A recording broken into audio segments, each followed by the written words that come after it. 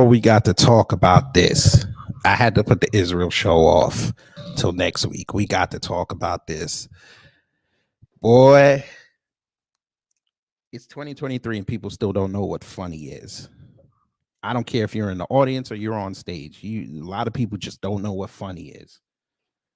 Fam, that Chris Rock special was terrible. That's not his best work. I'm just going to tell you off the bat. It was not his best work.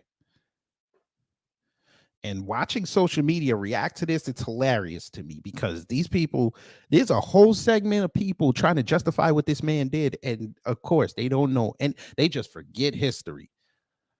So we're going to talk about this today because this special was trash. To me, it was trash.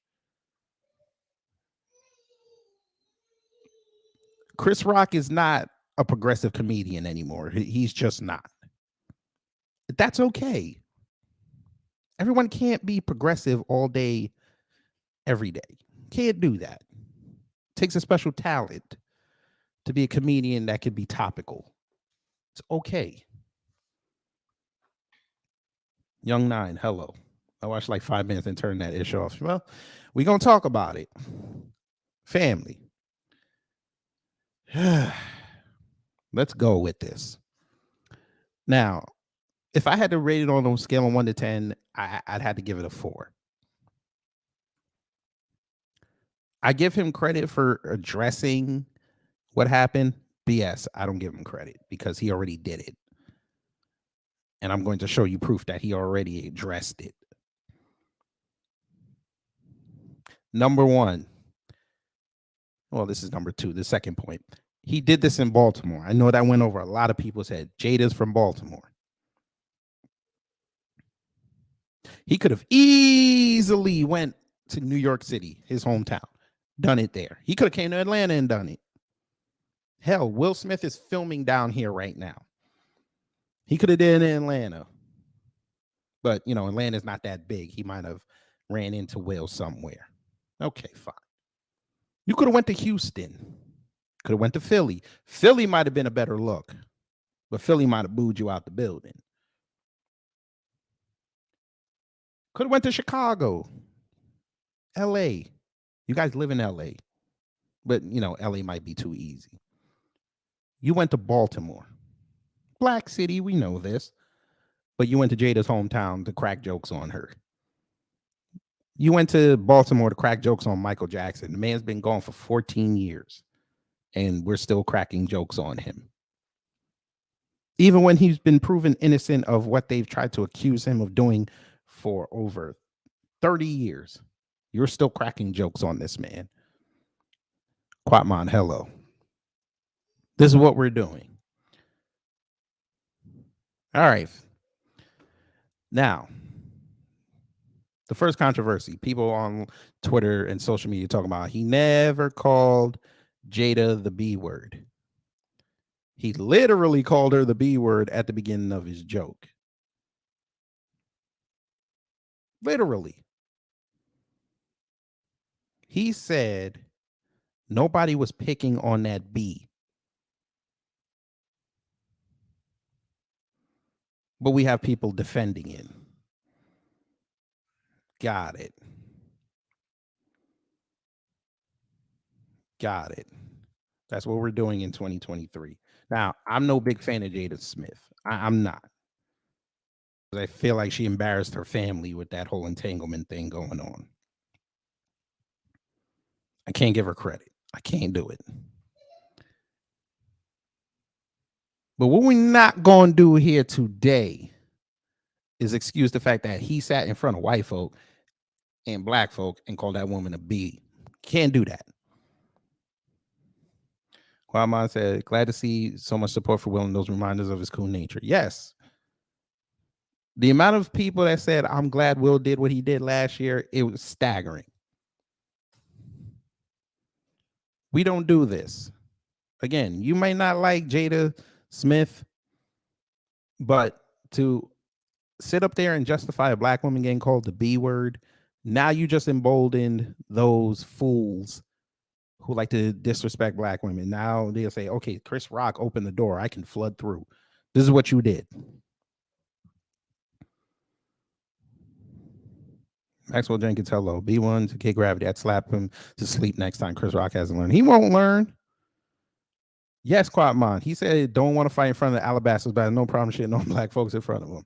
Facts. Somebody put up a meme earlier, said the fact that Will Smith smacked him and then turned his back and didn't have to look behind him shows how much how bitch made he was. Okay. That's your opinion. I ain't gonna go that far. I gotta analyze it a little bit more, but we got to talk about it, family. We got to talk about it. We got us a clip. That is true. Thank you, Maxwell. We got us a clip. Yeah, we got to play a clip. Here we go. And his wife was fucking her son's friend, okay? Now, I normally would not talk about this shit. But for some reason, these niggas put that shit on the internet. I have no idea why two talented people would do something that fucking low down. What the fuck? We all been cheated on. Everybody in here have been cheated on. None of us have ever been interviewed by the person that cheated on us on television. None of us. It's like, hey, I was sucking somebody else's dick. How did that make you feel?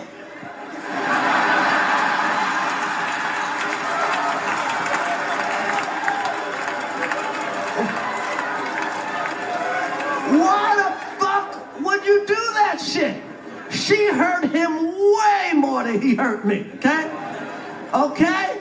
And by the way, he does that shit. Everybody in the world called him a bitch. I tried to call the motherfucker and give him my condolences. He ain't pick up for me. Everybody called that man a bitch.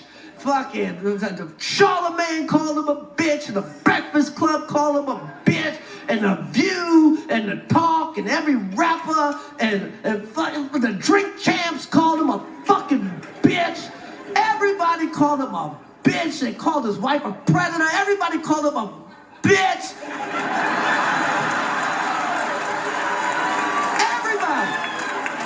Everybody. And who's he hit? Me. A nigga he know he could beat. That is some bitch ass shit.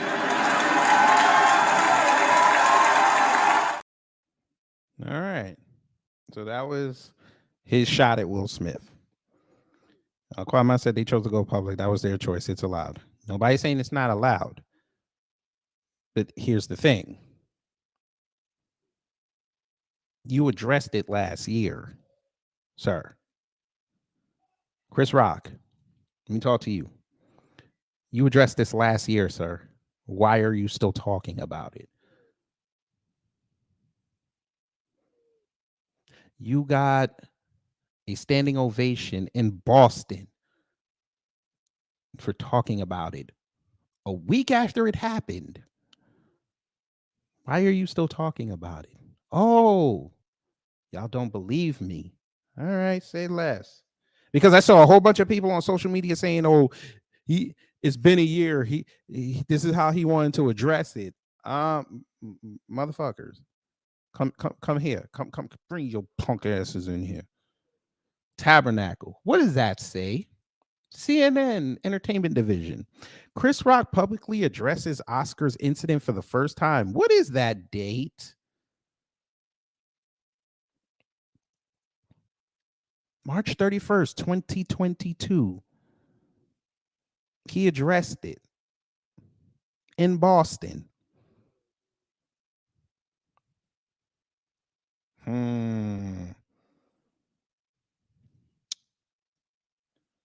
Chris Rock made an emotional return to the stage on Wednesday night for the first time since Will Smith slapped him at the Academy Awards.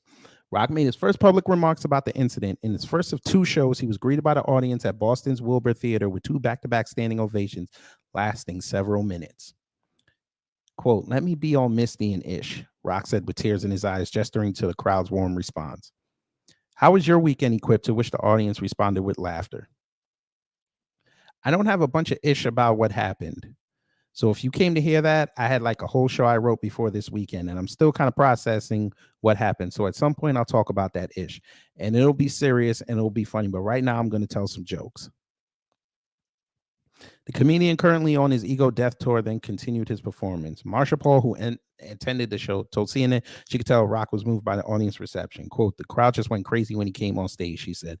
"They were really happy to see him and support him." Another concert goer told CNN that Rock put on a good show, quickly moving past the Oscars in his set. Didn't seem like he wanted to talk about it, which really didn't bother us since he was so entertaining he didn't need to. Rock returned to the stage for a second show about an hour later. He was greeted with a standing ovation once again. "I wrote a show before all this nonsense happened," Rock said. He reiterated that he plans to talk about the incident at the Oscars in more detail at some point. He really didn't do it, but okay. And seemingly in reference to whether he's spoken with Smith since the weekend's events, Rock said, "I haven't talked to anyone despite what you heard."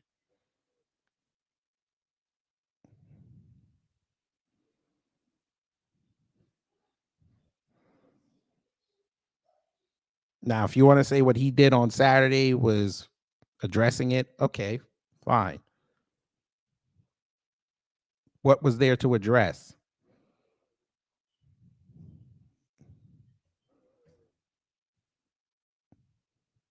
You got slapped for saying something about somebody's wife.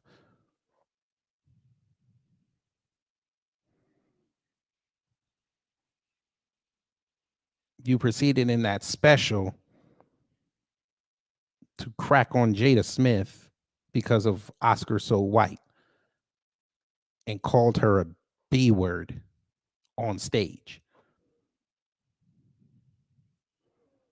Even when y'all listen, if y'all watch the special or that clip or what I just played, you really didn't address it.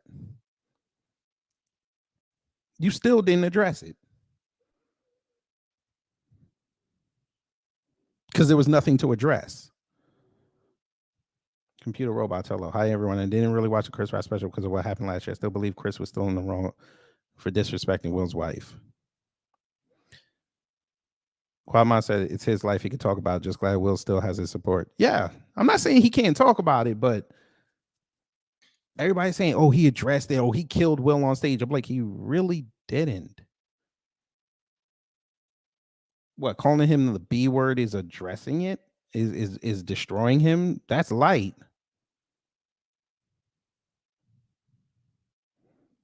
If he really wants to address it, impress me, Chris. Go sit in front of that man, cuss him out for about 30 minutes. That will impress me. That will impress me. You going on stage and going in on black folks, that don't impress me. That's not funny to me. Maxwell Jenkins said, I hate that Will apologize. I get why he will apologize. I get it. I get it because he knew his reputation was tarnished at that point. I get it. You're right. He shouldn't apologize, but I understand why he did it. He was looking at the dollar. He was looking at the dollars. I get it. But now they have something to hold over him. So it is what it is. But of course, we have to keep going because Will, Quatman said he did not destroy Will. He expressed his anger publicly just like Will did. Will is moving forward. Facts. Computer Robot said, I was so happy when Harvey Superboy called out what Chris was doing. Yes. Yeah. I hate that he did it too, but I get it. The money was more of a temptation. But, you know, Will said something. Yes, he did. And shout out to Will for that troll video he did. I need heel Will Smith. I need that. I need Will Smith and Hancock times 100. I need that. Tabernacle. Will Smith Will Smith reportedly still wants to repair things with Chris Rock. Apparently, the actor didn't hear what the comedian said about him on his new Netflix special. Yeah, effing right. Come on, Will. Why would you lie to people? Will, I like you. Don't start lying. Do not lie. Don't lie. Please don't lie. If you're not careful, I'll give you a look at. Don't lie like that, brother. Dude, you're on social media. I get it. You might not do it every day or every like 10 minutes like some people, but trust and believe you got a publicist, you got an agent, you got a manager. Your kids probably saw it, unless you told them I don't want to hear nothing about it. You know what he said. You got clips. People tagged you. People probably put up videos, tagged you on Instagram, unless you didn't go on it. People tag you on Twitter. People tag you on Facebook. You're getting text messages. You got friends in the industry. Don't say you don't know what he said. Come on now. Let's not lie. I rock with you, brother, but don't lie. Will Smith may have an Oscar, but apparently he doesn't have a clue about how Chris Rock feels about him. All right, white people. Okay, white people. And you just wrote this about an hour and a half ago. All right, white people. Although Rock goes into deep detail about his negative feelings towards Smith in his new Netflix special, Selective Outrage, the former Fresh Prince somehow thinks he can patch things with the stand-up comic. Smith is still intent on repairing his relationship with Rock, which soured after the actor slapped the comic during last year's Oscar ceremony. Smith hasn't commented on Rock's special, but a source told people that the actor has, quote, felt terrible for so long about the smack and said he's tried unsuccessfully to make amends in the best way he could with Chris. The source added that Smith has leaned on his family over the last 12 months and that has helped him look inside and mature. As a result, the source claims Smith is better but still remorseful. Anything is possible, but the smart money suggests that Smith will be waiting a long time before Rock accepts his apology, especially based on the jokes Rock made during the Netflix special. Quote, I rooted for Will Smith my whole life, and now I watch Emancipation just so I could watch him get whooped. I got to talk about that because that's probably that is 3 level, that is ninth circle of hell cooning right there. You watched a movie to see somebody that slapped you get whipped by white people.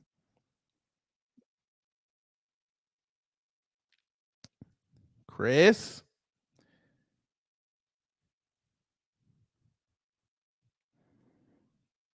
Chris?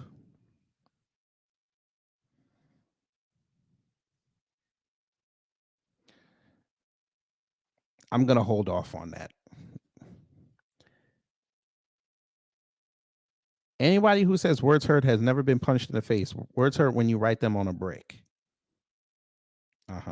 Other people seem to be more forgiving. Late last month, Smith managed to win back some fans with this self-deprecating TikTok video. Now, this was the one I was just talking about. I'm going to tell you something fucking crazy. This is literally, it sounds insane, but it will change your life. And by change your life, I mean it will make your life so much more interesting and fun. Did you know that you can pick any object, look at it, and ask it what it thinks of you? So, for example, you can pick up a pen and ask it how it sees you or what it thinks of you, and you will get an answer in your mind from your intuition. You can ask your car what it thinks of you. You can even ask money what it thinks of you.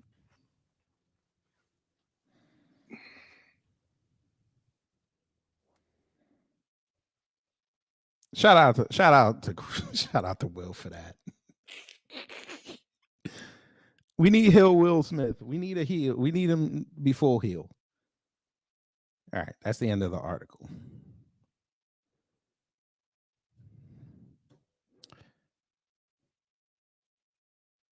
Chris, let me talk to you again.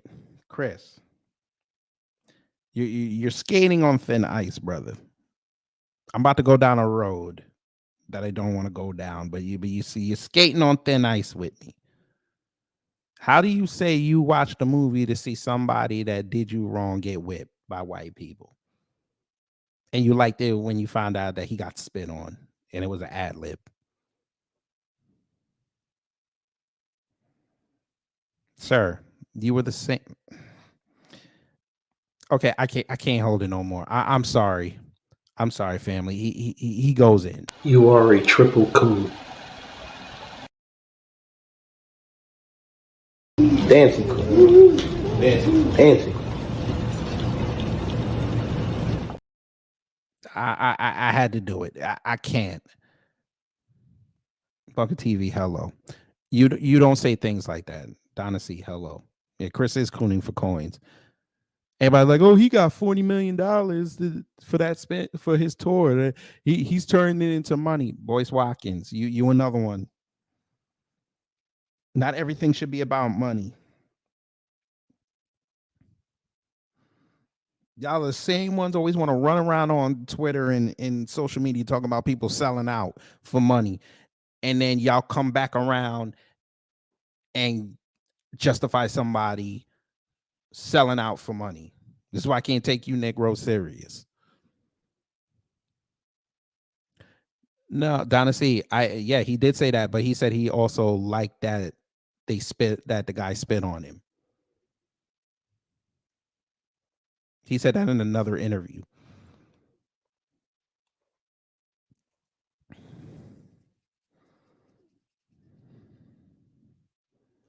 Y'all can't all the problems we got out here. Y'all justify stuff.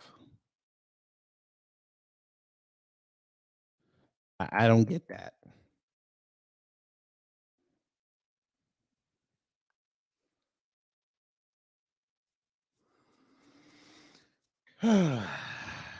But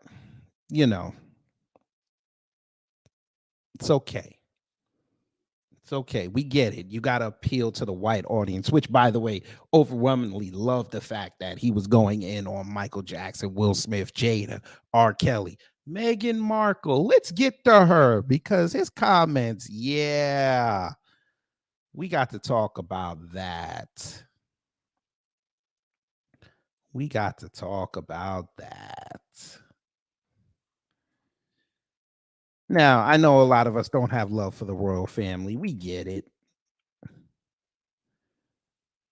We get it.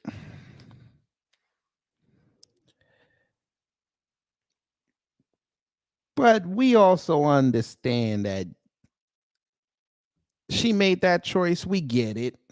Got to live with the choices you make. But this is what I meant when I first started the show, when I said these boomer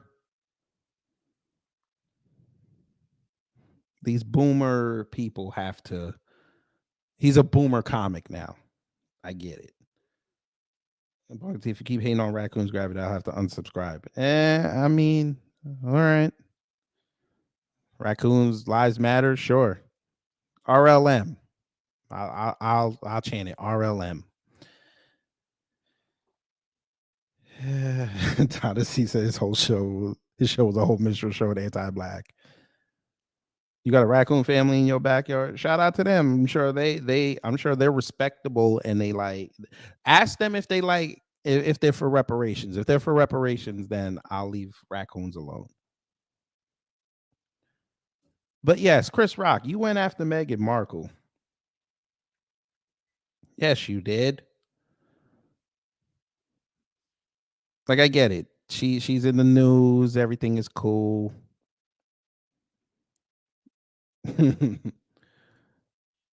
But we get it. Donacy said they stated the cameras did not really show the white people laughing. Oh, because you couldn't. Not in this racial climate. You couldn't do that.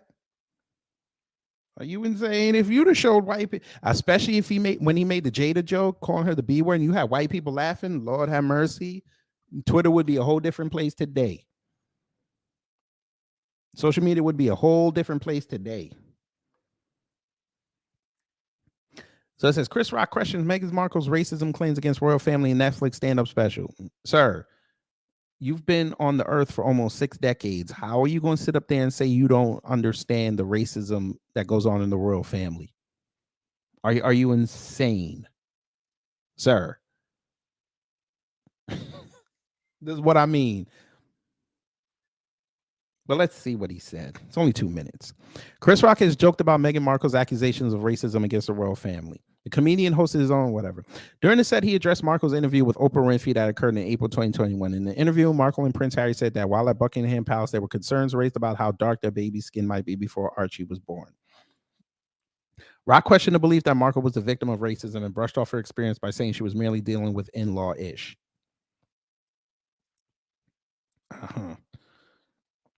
Like, who is this girl, Meghan Markle? He started adding. Seems like a nice lady, just complaining. Like she didn't hit the light skin lottery. He mocked her claims to Winfield, saying as Markle, they're so racist. They're so racist. Rock then said some of that ish she went through was not racism. It was just some in-law ish. Sometimes it's just some in-law ish because she's complaining. I'm like, what the F is she talking about? Once again, the comedy star mocked Markle by repeating her claims. Oprah, they're so racist. They want to know how brown the baby was going to be. I'm like, that's not racist because even black people want to know how brown the baby going to be. Question, family, who's in the chat? Who cared about how dark the baby was going to be? I mean, me personally, I didn't care. I don't follow the royal family like that, but I did make fun of the queen dying, and yes, I did. But who cares about how dark the baby was or was going to be? I sure as hell didn't care.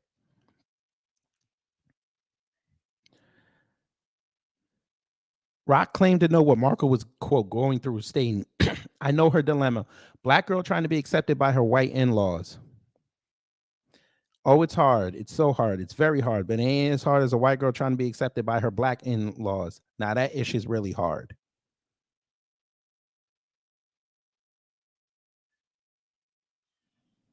Surprised Divest Twitter didn't go after him. I'm surprised about that. Probably like that shit. He then quit. Meghan Markle, I know the dilemma. I'm like, if you black and you want to be accepted by your white in-laws, then you need to marry a Kardashian because they accept everybody. Chris Rock, come here. Charles Gibson, hello. He said, you didn't care. Donna C said she didn't care.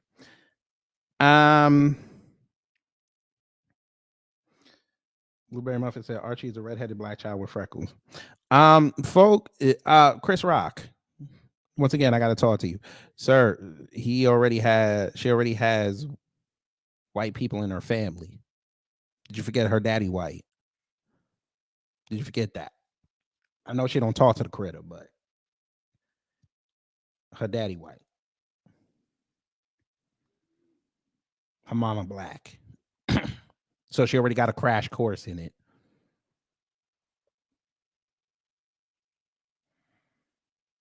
I'm just saying for the folk.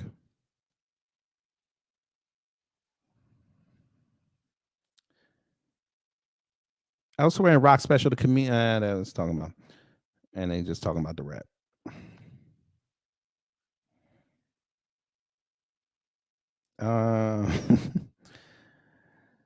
Chris Rock. He was funny once upon a time. Yes, he was. I like Bigger and Blacker. I did. I like Never Scared. I just think now that it's not that it's not he's not what he used to be. It seemed like white supremacy wrote his jokes.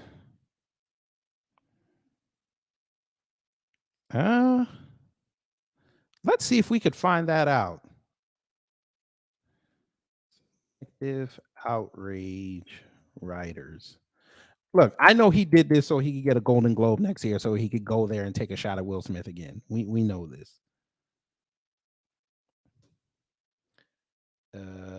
Let's see.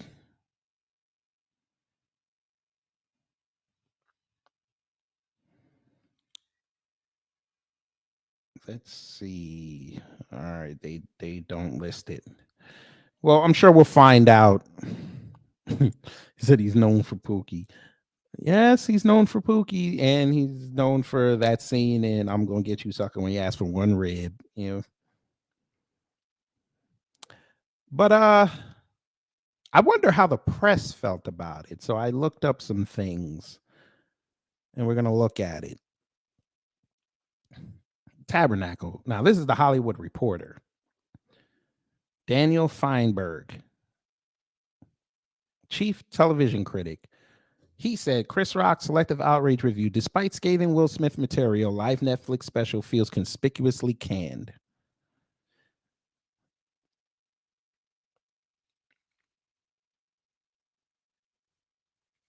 Let's get to the.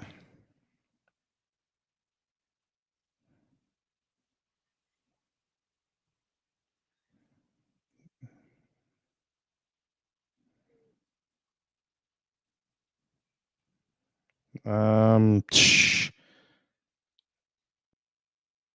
see. Here we go.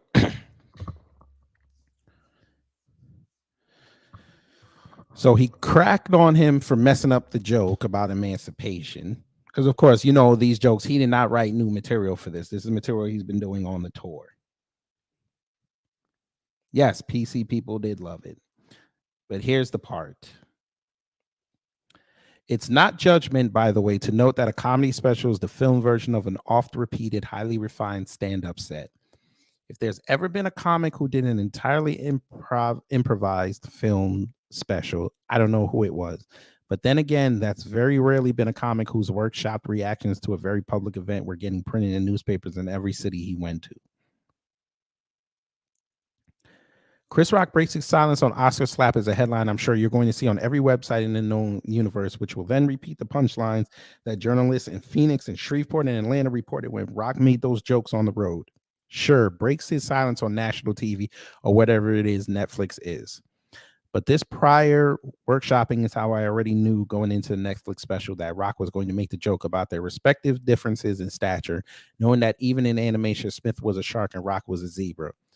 This is a joke he has made repeatedly, and nobody cares that in Shark Tale, Smith voices a tiny little fish who hangs out with the shark voiced by Jack Black.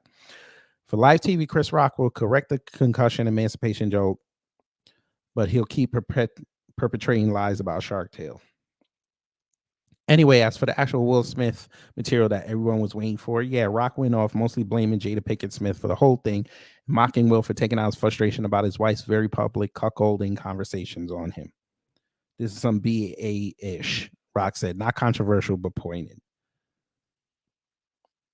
I could talk about the text of the special itself, but I'm a TV critic and not a comedy critic. I could point out that a shocking amount of Rock's material felt somewhere between dated and embalmed.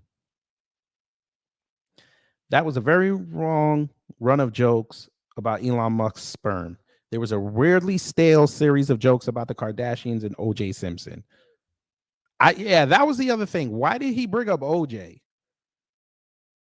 OJ ain't really been relevant since he got out of jail. Why did you bring up OJ? Stop it. Talking about some OJ would have done more than slap Chris. Stop it. Charles Gibson, too bad there wasn't a joke about Nicole Brown system. Would you like to know the reason why he didn't do that, Charles Gibson? Because he did that in Phoenix and they gave him hell for it. Oh, yes. He did a Nicole Brown Simpson joke in Phoenix, and them white and Latinos were ready to pull their guns on that man. It was too close to LA.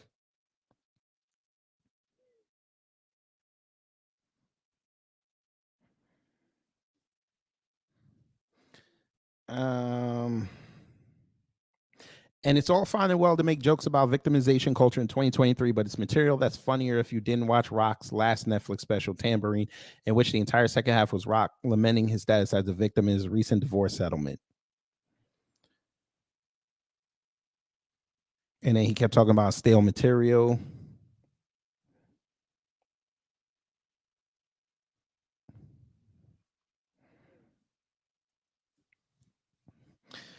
But yeah, that's the Hollywood Reporter. Big publication. They didn't like it. That guy didn't like it.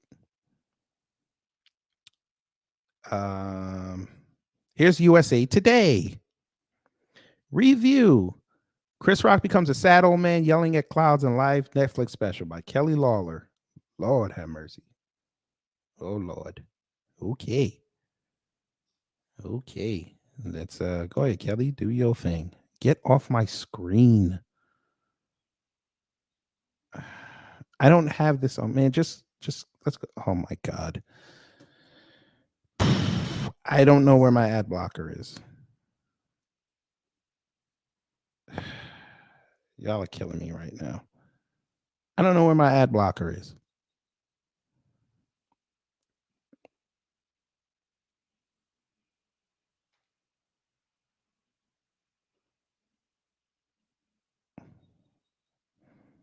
I don't even have this on.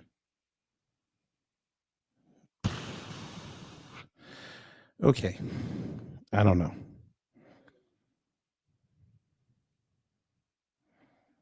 Okay, this is not gonna work. All right, I don't know where my ad blocker is. Maxwell Jenkins said Hollywood Reporter actually had an accurate critique. Surprising. A lot of people did not like it.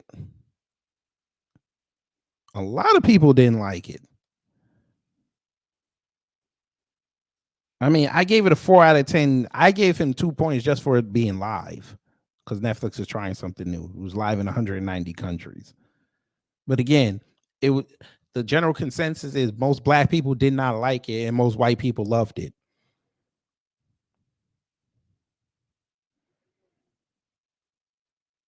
That's a general consensus. But like Quatman said earlier, Marlon went off. That's funny. Yes, Blueberry Muffin. He got to pay off his old lady. That was funny, though. That's comedy, family. Y'all got to understand. That's comedy. That was comedy.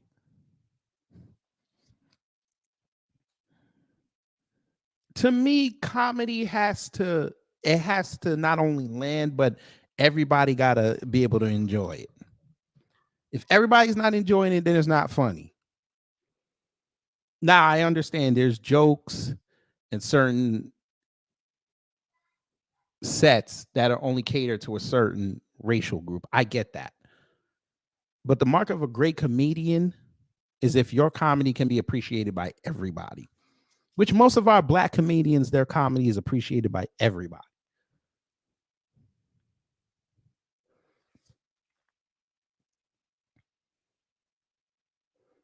I don't know when Marlon did this. I think this might have been, was this a year ago? I don't know if Quatman's still here. This might have been a year ago. I'm not sure. But as I said, you guys know that people like Richard Pryor, we'll start with one of the gods, Richard Pryor. He can entertain any crowd. I mean, this man's performed in front of white people. He performed on Johnny Carson when it wasn't considered like, it was hard for black people to get on that show because everybody knew once you get on Johnny Carson, you were gonna make it. Your career was set. And for him to get that opportunity, that's legendary. But he also went to other countries and performed and got standing ovations.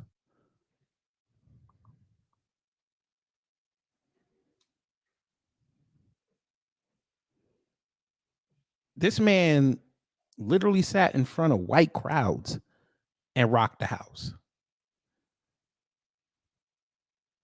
He went to New Orleans with an entire drunk crowd and rocked the house. Even got at some hecklers. That's some legendary shit. And Richard Pryor is still being talked about to this day.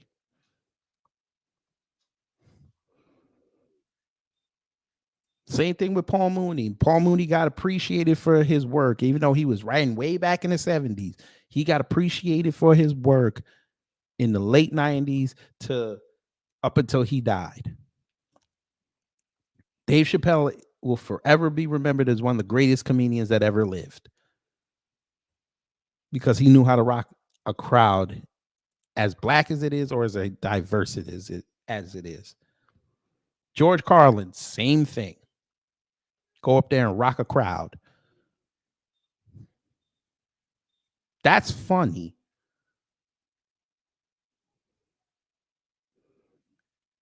B1. CRU. B1. Black Light Revelations. Hello. When your comedy can... Hell, exactly. Thank you, Blueberry Muffin. Marlon's comedy can rock a crowd. Doesn't matter who's in the crowd.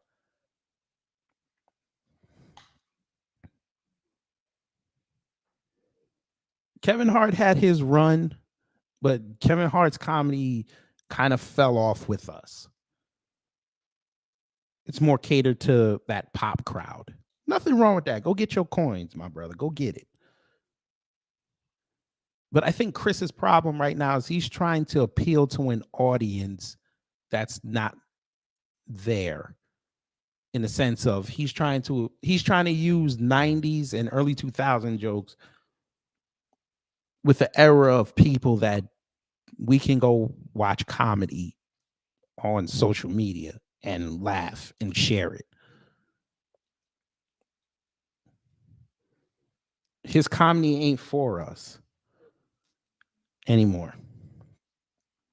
Charles Gibson, do you think Chris has extra vitriol for Jada because of his divorce? No. No. Unless we find out later that he found out she laughed at him for getting divorced. No. This was a 7-year saga. And it culminated last year.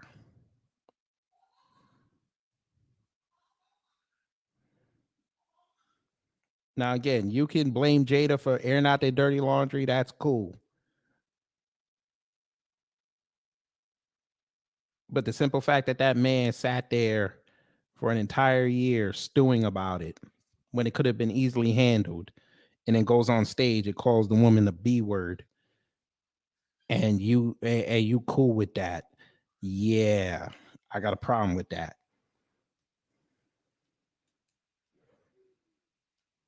Because trust and believe, he would be acting like Will if somebody said something about his old lady.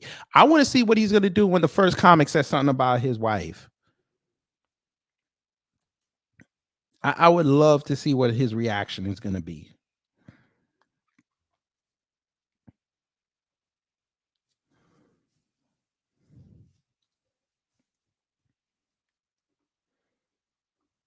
But of course, you know, Chris,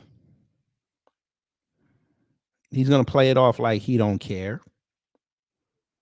So we have this by People Magazine 2 hours ago. Chris Rock riding high from Netflix special. He isn't worried about backlash over jokes, source said. 2 days after the comedian 58 skewered Will Smith and Jada Pinkett Smith during Chris Rock's selective outrage, an industry source tells People that he's riding high from the Netflix special. He said what he needed to say and doesn't give a ish about the reaction either way. He isn't worried, the insider adds. We know what happened. Many of Rock's fans and friends have come to his defense amid some online backlash over the jokes. Sorry. Let's see. I'm after I read this, we're gonna go after some people because DL Hughley was also cooning online, and I got to get to his tweet. The source tells People that, quote, people have been waiting for Rock's reaction for a year. Again, he addressed it in other cities, but I get it. People didn't hear him say it unless he was in those cities and saw him. I get it. Okay. But of course, social media, people went to see it and said the jokes, but whatever. Adding, for the most part, I think it was well received. People don't expect sugarcoating from Chris Rock. Yeah, all right. In a stand-up routine filmed at the Hippodrome Theater in Baltimore, it should have said live. Rock said in part, Will Smith practices selective outrage, adding of the Oscar slap. Everybody that really knows I had nothing to do with that ish. I didn't have any entanglements.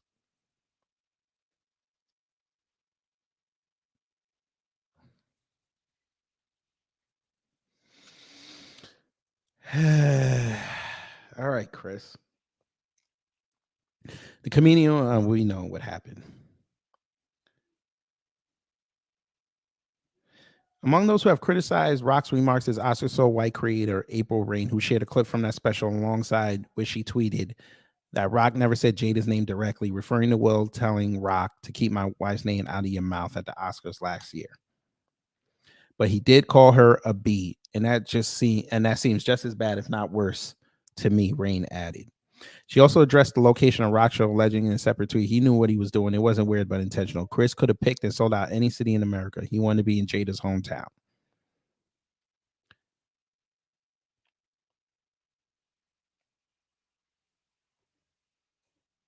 Yeah. Blacklight said, most accurate thing he said was, I played Pookie in New Jack City. Yes, you did. Funny they have his back over the jokes, but lost their minds months ago when he joked about Nicole Simpson. Oh, yeah. Shout out to Maximum 347. Oh, yeah. He got ran out of Arizona. Let's not play that game. He left Phoenix with the quickness. He's lucky he did it at the 10:30 show and not the 8 o'clock show. He might not have had a 10:30 show. But let's see who defended him. Leslie Jones, DL Hughley defend Chris Rock against backlash over Will Smith jokes. Sit down. Y'all act like y'all would be righteous. You are hypocrites, Jones wrote on social media, responding to a user in Hughley's comment section on Instagram. Okay. DL Hughley and Leslie Jones are voicing their support of Chris Rock. On Sunday, Hughley 60 posted a clip of Rock's live Netflix comedy special.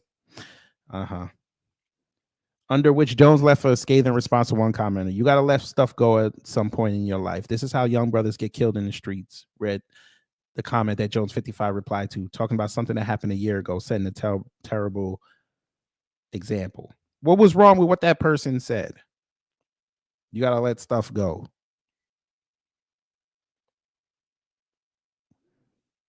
Y'all keep forgetting. And then what I'm talking about, y'all keep forgetting this man's been on tour for over a year. He was in different cities addressing this.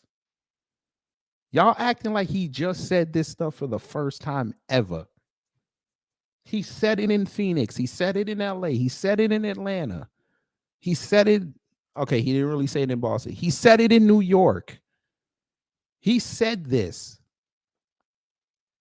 He's addressed it. Just because now y'all see it on film, y'all think it's the greatest thing ever. But okay. Defending Rock, Jones wrote, y'all forget he got slapped in front of the world, yo. His kids, his mama, peers, everyone. I wonder how y'all mother effers would handle that. And he is a comedian. This is his way of expressing it. If he's saying he would write a song, because it's a painful thing that happened. Ma'am, again, he addressed it months ago. Y'all act like you would be so righteous. You are hypocrites. Shut the F up and go sit down. Man, please. Okay, Leslie Jones, you're the same one who was crying online when people hated Ghostbusters 2016. Ma'am, you still haven't addressed the backlash you got for that.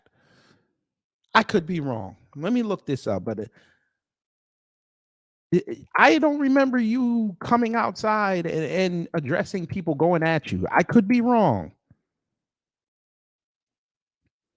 I remember you getting the racist tweets and I said, hey, that's not cool.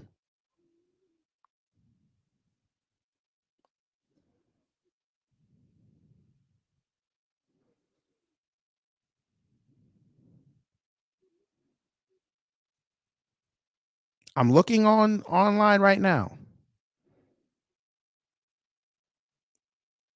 You didn't address it. You got mad that they did Afterlife. They announced it. And you got upset that they were creating it.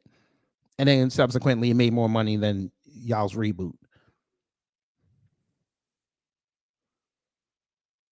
Who's being a hypocrite now?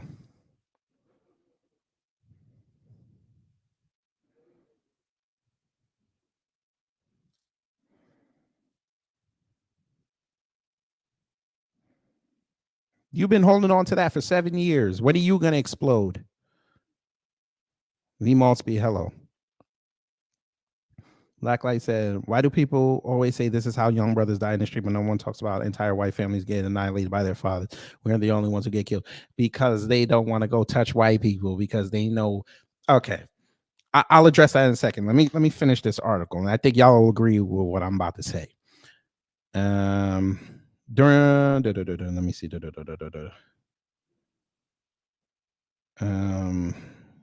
Okay, they're just saying.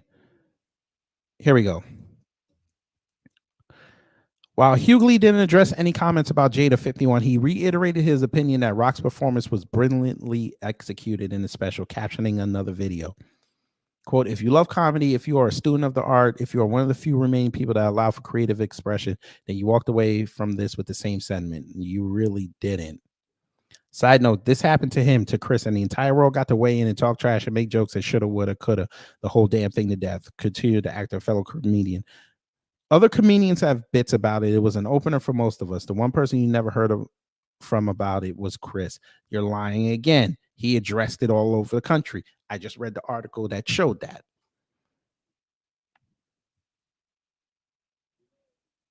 You don't think when he first got on stage, not the Boston show, but those after, you don't think no people that went there talked about it on their social media and said that he brought it up? You think he's going to hold on to that for a year to go on Netflix and say it? That's dumb. Bezilla, hello. Doom Mega, hello. That's dumb.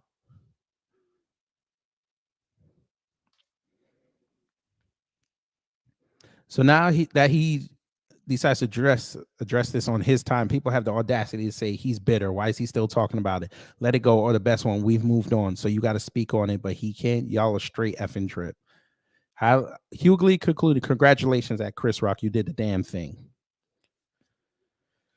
Oh, God. Okay. We're going to do it like this. So back to Blacklight Revelations.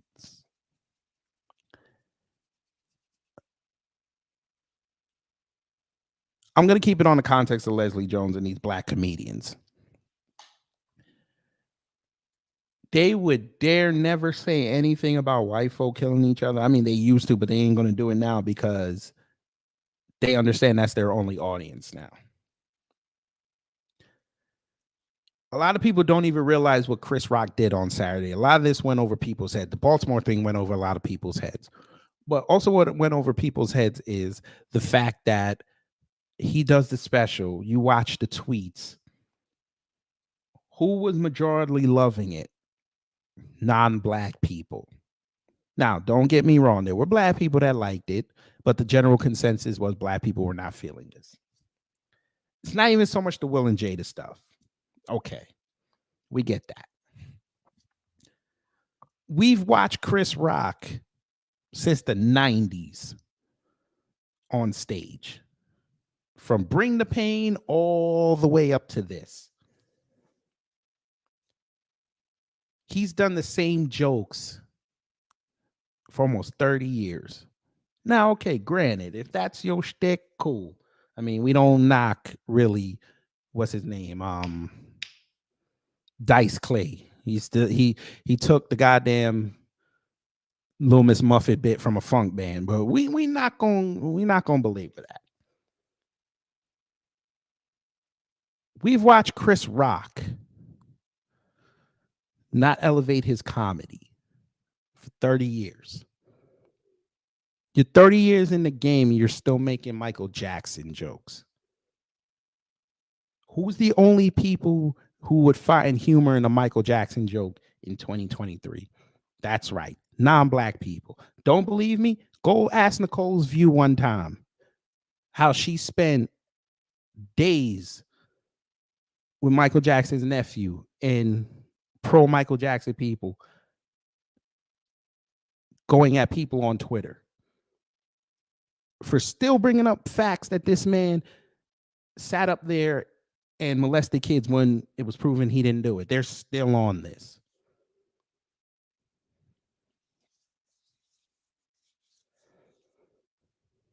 Tia to you, hello. We're going to need our nation to stop the petty. We got work to do. They don't want to do no work. They always get distracted. Back to Chris. Chris on that special did an R. Kelly joke. Now I get it. R. Kelly's in the news. He just got convicted. Okay. Black folks, as much as we think R. Kelly did it or didn't do it, we're not going to make jokes on that man. I think Dave Chappelle killed all of R. Kelly jokes way back in the early 2000s when he did the skit on Chappelle's show. Can't go no higher than that.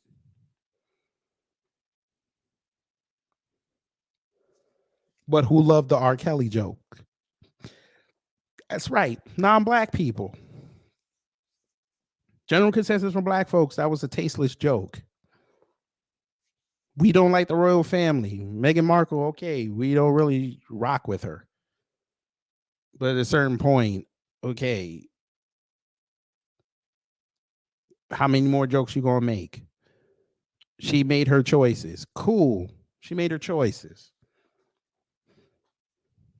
We said, all right, you over there, you on the other side of the fence, you're not our problem.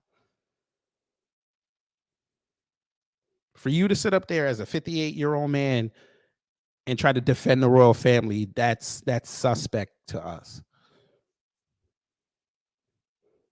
Even though you said in your joke, you didn't Google the royal family. Apparently you didn't do it either, sir, because if you Googled it, you wouldn't have accused her of lying about racism.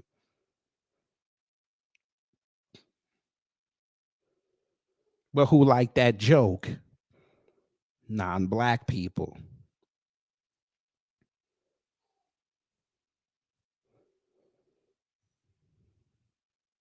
Peruse social media one time after this show. Go look at the comments. Number white people loved it. Nothing but them. People actually sitting up there saying that what he did was revolutionary. I actually saw somebody say that. What was revolutionary about talking about an incident? Comedians have been doing that since the dawn of comedy. But I get it. It's like letting white people say the N-word and you laughing along with them. Oops. Chris, we have to talk about it. We have to talk about it. Christopher, Julius Rock, we have to talk about it. Oh, Maxwell, you know he wasn't touching Dana White. According to what that person, according to D.L. Hughley, everybody did their jokes about Dana White. So he shouldn't talk about it. Everybody's done it. Which is a lie, DL, because a lot of y'all were defending him. But Christopher Julius Rock, we have to talk about what you did years ago with Ricky Gervais and Louis C.K. We have to talk about this. This is why his selective outrage special got over so well with white folk. He gave them the golden ticket. He gave them the golden ticket.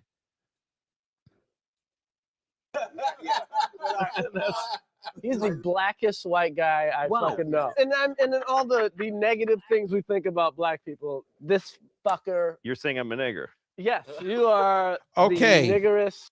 Okay, number one, Chris Rock. You're the only black guy in the room.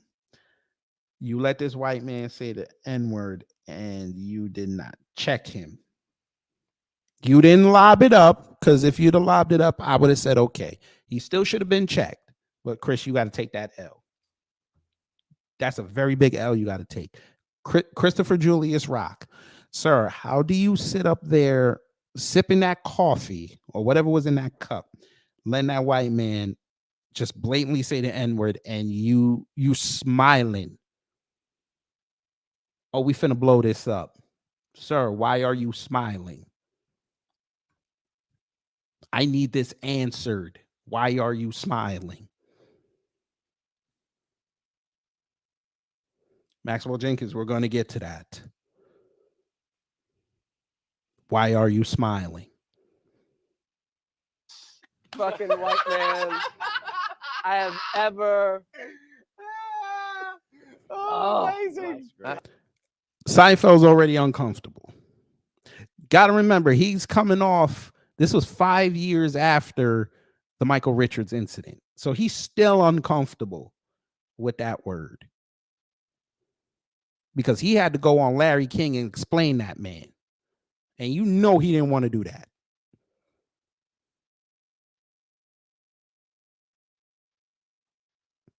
I don't think he could do that. Oh, What? I don't think he has those There's only qualities. two. you, I never I found. mean, That I'm no, not- you don't even understand. Really? You don't really know him. Like I've worked with him. No, like your bit No, about. no. I wouldn't use it anywhere. No, exactly. These two. We use say that nigger on stage. on stage. Okay, so that's 2. That's 2.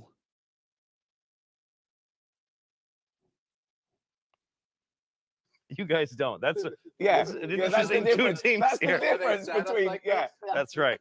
That's right. We can say pair nigger on up in stage. You different guys ways, don't. but that's definitely a pairing. Who We says say- nigger on stage? We don't. Okay. That's 3 now. Chris Rock, Christopher Julius Rock. I don't hear you talking up. You over there laughing and kikiing. Well, you just did. Yeah, That's right. Yeah. You and me say No, nigger no, in I'm not. private. No. These two guys. These two guys don't. I don't believe he says it in private I've much. given it up just because it's played. I don't believe. You've given it up because it's played. He said this. He said this. He's giving it up because it's played. Sir, you just in your special saying the N-word.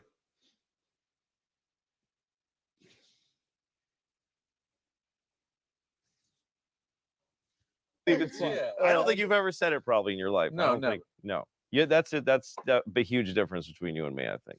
Well, That's what I've said you it. found the humor of it. Yeah. I haven't found it. Right. Nor do I seek it. I mean, So- joking aside, Oh my God. How is the Jewish man on code? Out of all 4 men in that room, including a black man from South Carolina, raised in New York City, how is the Jewish man on code?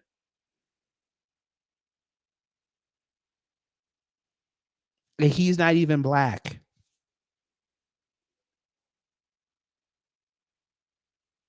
How is he on code? Nor do I seek it. You and me, I think. Well, That's what I've said you it. found the humor of it. Yeah. I haven't found it. Right. Nor do I seek it. How did he have the most profound statement in 2011?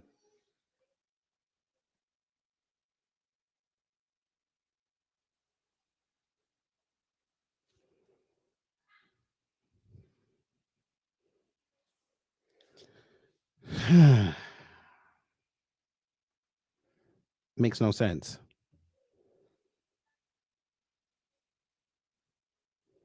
But again, Chris Rock just said in here, I gave up the N-word because what did he say? He was dated. What did he say? No. I wouldn't use it anywhere. no, exactly. That's right. We can say pair nigger on up in stage. You different guys ways, don't. but that's definitely a pairing. Who We says say- nigger on stage? We don't. Well, you just did. Yeah, That's right. yeah. You and me say no, nigger no, in I'm not. private. No. These two guys. These two guys don't. I don't believe he says it in private I've much. given it up just because it's played. I don't believe. I've given it up because it's played. Yet you were in your special. You said the N-word.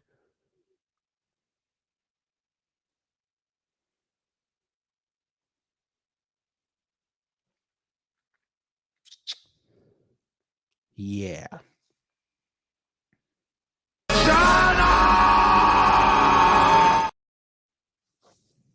Yeah.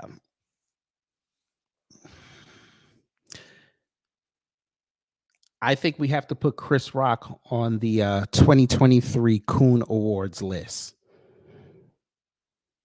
I think we're gonna have to do that. I might have to talk to Afro and Black Alpha Network. I'm gonna have to submit Chris Rock.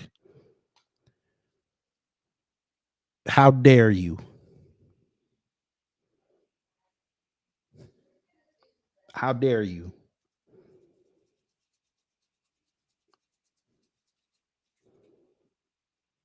But let's see what the Twitter people said before we go to Twitter things. Let's see what they said. Now, Michael Jackson's nephew went off on Chris today. Yes, he did. 120,000 views almost. Shout out to that man. Chris Rock has used my family as punching bags for his entire career. Yet I'm supposed to feel bad for him getting slapped and humiliated on the Oscars. After seeing a new clip of him attacking my dead uncle in the first minutes of his retaliation, I'm still relevant, special God. I have 3 things to say. 1, What did my family ever do to you to warrant these decades of harassment and your constant bullying disguised as jokes? 2, just because you were bullied early on in life doesn't give you the excuse to bully others now. 3, thank you, Will Smith. And I wrote he wants a Golden Globe next year for Best Comedy Special.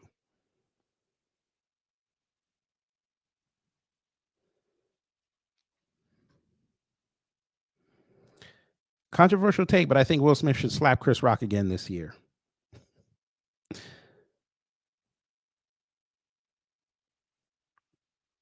Somebody called the police. Chris Rock just killed Will Smith on stage. Everyone called him a bitch, but he chose to hit me. But my mama raised me. You don't fight in front of white people. Mic drop. It was fantastic. No, you just air black people's dirty laundry.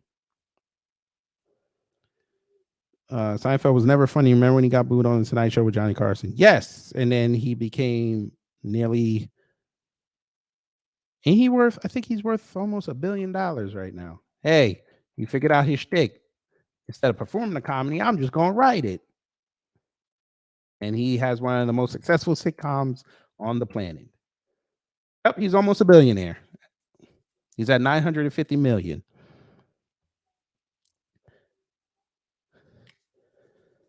And there it is. Chris Rock revealing exactly what people were upset with, Will really were mad at. It was in front of white people. 13.9 million views. Shout out to her. Here's brother Dwan B. This useful Negro done his job. I'm no fan of Meghan Markle, but equivocating the royal family's racism with black folks' response to racism gave these racists in the media all the fuel they needed. Good boy, Chris Rock. Good boy. Chris Rock, we've all been cheated on, but we never had the person who cheated on us with interview us on TV. I sucked his ish. How does that make you feel? You found that funny. All right, sir. Because I would love for your old lady to do that and then have you on camera explain what she did and how you feel. I would love for you to do that. This MJ still has a mother, children, siblings, nieces, and nephews still alive listening to slander he was proven innocent of. Chris Rock has no class. Let him do on B again. Ty. Chris Rock said you don't fight in front of white people, but had no issue calling black women a B in front of white people, negatively commenting on black women's hair in front of white people, or letting white people use the N-word around him. Shake my head, yo. Chris Rock jokes about Michael Jackson wasn't funny at all. It's just funny how y'all scared to talk about Elvis David and an underage girl, yet you have the courage to talk about a guy who was falsely accused and was found not guilty.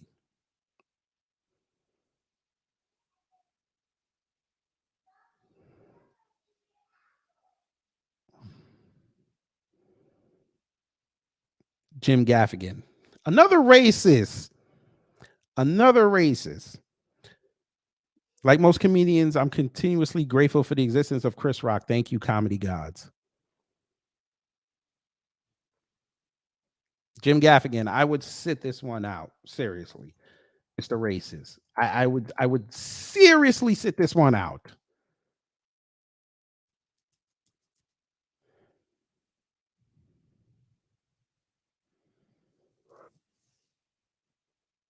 But I'm going to leave that one alone.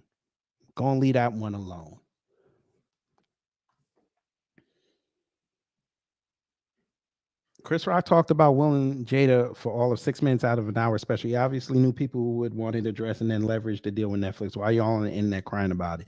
Because it's Rhonda Mary. I like you, but the reason why we're on the internet, we're not crying about it. We're pissed off because it made no sense for him to do that, especially when he addressed it before this whole special.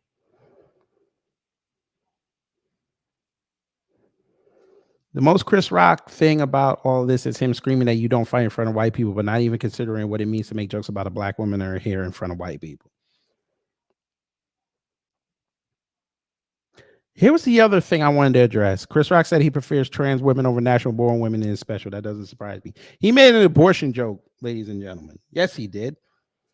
He said, if you got the money for an abortion, get an abortion.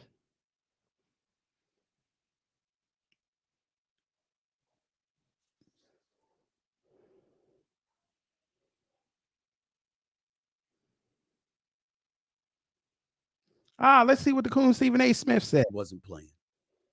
Chris Rock calling Jada Pinkett out of her name using the B word on several occasions, he clearly wasn't playing. And in this day and age and the sensitive times that we're living in and what have you, this is one of those moments, ladies and gentlemen, that everybody got to step back and take it. What? He was the one that was slapped.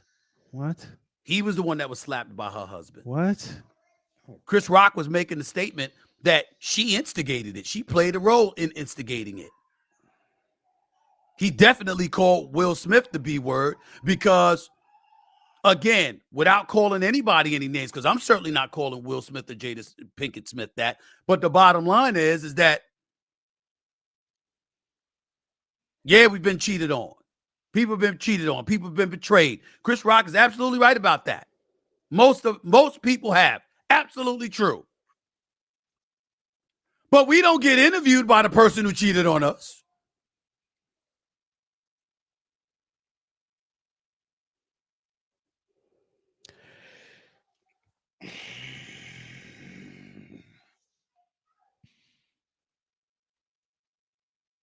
You are a triple coon. Dancing coon. Dancing.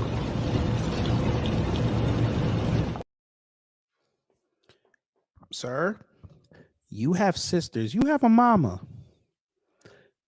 I don't think you would take too kindly at another man calling your wife, your mama, your sisters the B word. Again, I'm no fan of Jada Pinkett Smith. I'm no fan.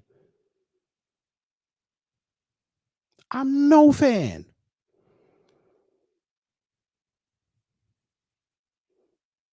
I ain't calling her no bitch in front of people.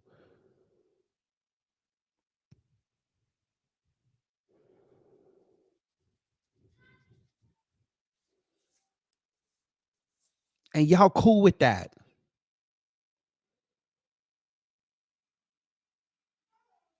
You got it. You got it. I'm not even going. You gonna make me. My head hurts. You got it.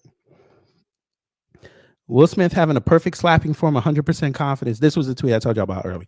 100% confidence in Chris Rock being a B, so much that he turned his back and walked off immediately without even looking back. Will always be hilarious and certified to me. I don't care how you feel about the situation.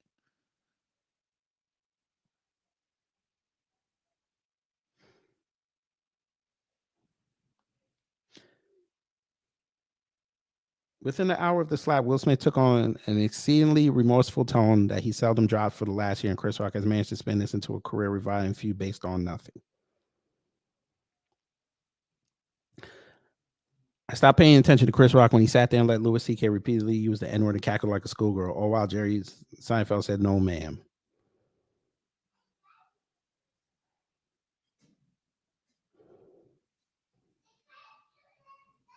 Chris Rock makes comedy for white people who have a black friend. Chris Rock still making Michael Jackson jokes in 2023. Chris Rock did not smack him hard enough. Oh, Lord. Here we go. Let's see what Ben Shapiro said. Oh, into wokeness, when that ranges from Louis C.K. I wonder if he's going to say this very slowly or he's just going to go 60 miles an hour. He said, Chris Rock's Netflix special isn't just notable for his smackdown on Will Smith. It's notable because yet it's another cultural indicator that the anti-woke revolution is upon. What the hell are you talking about? What is anti-woke? What are you talking about? Oh my God. I got to hear this. I was back on tour, as popular as ever. When that is true of Chris Rock, when that is true of pretty much all of them, except for Hannah Gadsby, who isn't really a comedian, you got a problem on the left. When the comedians are now more aligned with the right than the left, not because they like the right, they hate the right, but because they look at the left and they say, I can't be anywhere near these people. They're too crazy. That is a serious problem for the Democratic Party in political terms. And again, they escaped the blade in 2022 because Republicans raided the local homeless shelter for candidates. But I do not think that they avoid the cultural consequences of their own radicalism for very much longer. So Netflix has now released this Netflix special. They did it with all sorts of fanfare. They had like a pre-show. They had like a post-show as though it were almost a sporting event. And he had a lot to say. He actually started his stand-up act saying that he was going to try to do a show without offending anybody. He says he doesn't know who's going to get triggered. And he went directly after Rogan. He's like, I'm all on board with the social justice and all that kind of stuff. But it used to be that if you wanted to take somebody's job, you actually had to be better at it than they were. Now you just wait for them to say the wrong thing. And this extended to his critiques in a wide variety of areas. It extended to his critique of Meghan Markle, for example. He went very, very hard after Meghan Markle because one of the things that he said during the special, Chris Rock, is we have now decided to glorify victims. It's one thing if you are a victim. It is another thing if you are a pretend victim. And we have decided that everyone in American society is now a victim. He sounds very much like a right-winger. He sounds like this show, Chris Rock here. Here's Chris Rock going after Meghan Markle.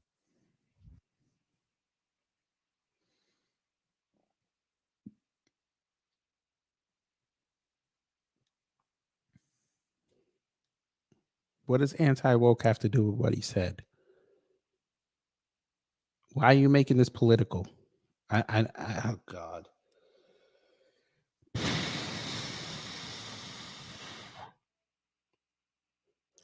Again, what did I say earlier?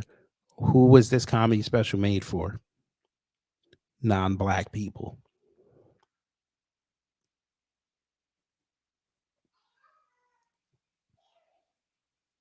He might be salty because a lot of black people were on Will's side. Maybe that's why he did it. I don't know. And he went off on this for a while. Okay, there's going to be a backlash in this country, and it's going to come very, very strong for the left. Because again, so much of leftist ideology at this point is wrapped into the idea that we are all victims. We're victims of the system. The system has somehow harmed us in some deep and abiding ways. Chris Rock is not the only one, right? You've seen this from Chappelle. You've seen this from pretty much every major comedian is now on board with this. Because guess what?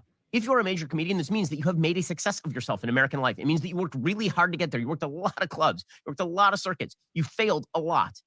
And so this notion that you look around you and you see a country filled with failures because there's so many people who are just victims of the society, you don't buy into it. If you're truly successful in American society, very difficult to see that everyone else in American society is a victim, particularly if you're somebody like Chris Rock. By the way, he also had some notes about abortion that were kind of shocking.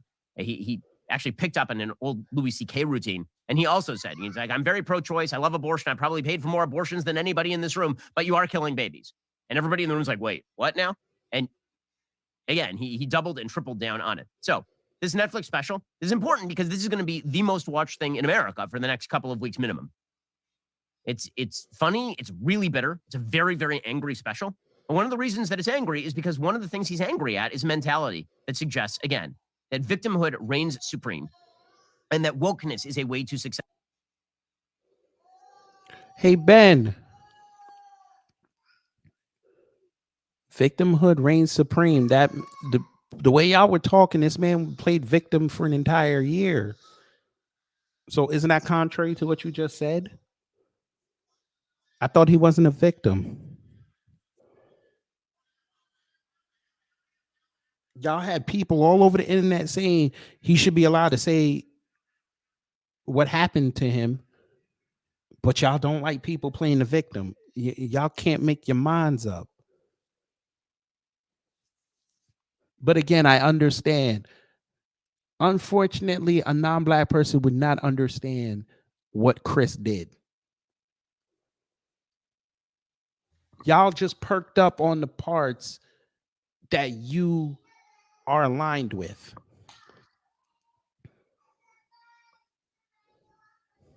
Which is supremacist behavior. JD Foreman, hello. I watched that crap. 10% funny, 15% corny, 15% revenge, and the rest trash, 60%. That's 105. No, you're right. I thought that was 105%. I thought the first part. But anyway, white people love this because he got to go after cultural issues and black folks. Black folks, for the most part, did not like it because you were taking unnecessary shots at black people and you didn't do anything to white folks except make a stupid yoga joke.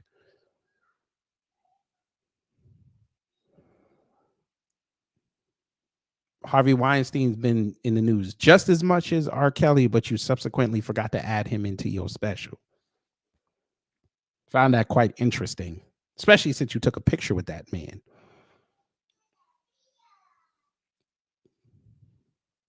That the way that you gain success is by he went off on woke corporations. He went off on Lululemon. At a certain point during the special, he starts yelling at Lululemon. He's like, you guys are telling me about how much charity you give. Like, you know what would be charity if you didn't sell yoga pants for $120? That would be charity. And he is expressing what a lot of people feel. A lot of Who the hell cares about $120 yoga pants in Baltimore? Who cares?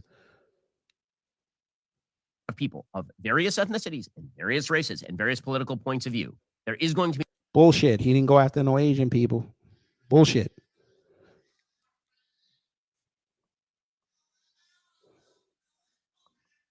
Where was the Kamala Harris joke at? Where was the Biden joke at?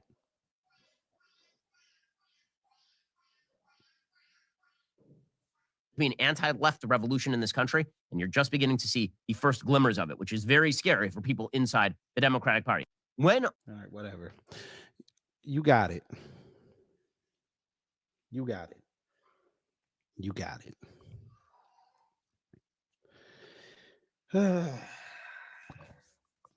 These motherfuckers are never gonna learn. All right, I guess we're gonna have to do our thing. We gonna show them how we view people out here in these streets. All right, Chris. Like Ben said, you're gonna have a few weeks of relevancy. Let's see you try to hold on to this come April time. Let's see. But let's go on to Twitter things.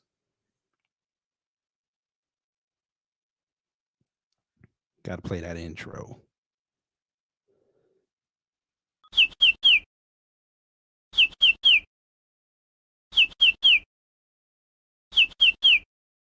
All right, y'all know how we do Twitter things. I curate videos during the week that I find funny or thought-provoking. You know we got to start off with this. Shout out to Afro Elite, Beatzilla, and Black Alpha Network. They held a reparations space today on Twitter about the need for cleaning house. Ladies and gentlemen, Tariq Nasheed let himself go since the opening of the museum. Yes, he did. I don't know what happened to Tariq. Oh, I'm just kidding, folks. That is not Tariq. But this guy did his best cosplay version of Tariq. He's got the same buzz cut that Tariq got, the glasses, except he's 60 pounds heavier. So let's hear. This is at the California Reparations Task Force meeting in Sacramento. This guy already knows it's about to be some bullshit because he's already laughing. This white man in the back. It's the press. But let's hear what they called him on there, Tariq Nasheed. Let's see what they said about him. Have 2 minutes in fairness to everyone behind you. Please go ahead. Thank you for coming up. Peace to the Tribe 5. Peace to the Tribe 5. Here we go with the bullshit. Peace to the Rundown Boys. Peace to my ancestors. Who the hell are the Rundown Boys? Who is this? Whose mans is this? I ain't gonna do that. To the cosplaying chair. Nigga, you should not be talking about no cosplaying chair. Look, even sis right here is like, what is this man doing? Due to your consistent, condescending, disrespectful behavior on social media, we as Black Americans are demanding and commanding you to step down and step aside, effective immediately. You come from a bloodline of tethers. I come from a bloodline of feathers. We are not the same. What? So, in the words of my great big mama, and to my fellow historian that comes out of 757, get your ass up and K your ass. Sir.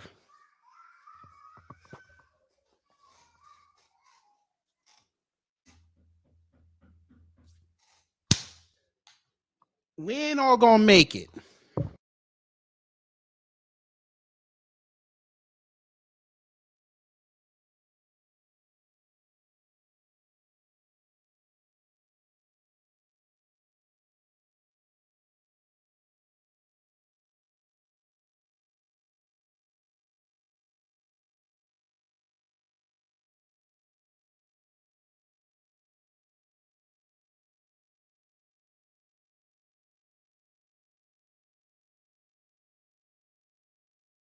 Now, Lineage-based reparations. It is what it is. Meet me about a Tesla, we could talk. Lineage-based reparations, that's how it's going. All right? So I'll land right there.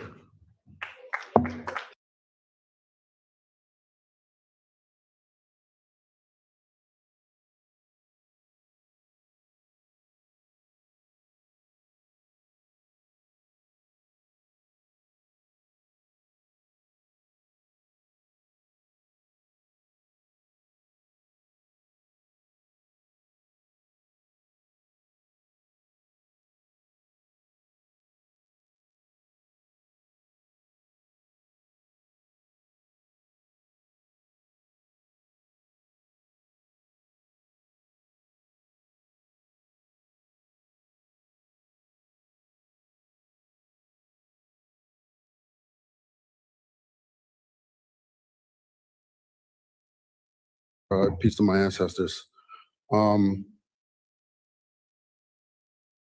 Yeah, lineage-based reparations for sure, and definitely this Freedmen Banking Bureau and this whole movement that they have going on, we just don't believe it. You know, they stole money from Black Americans before, and they'll steal money from Black Americans again. And honestly, some of the representatives out here, I know the advertisement is not going too well with you all because we don't hear nothing from you all.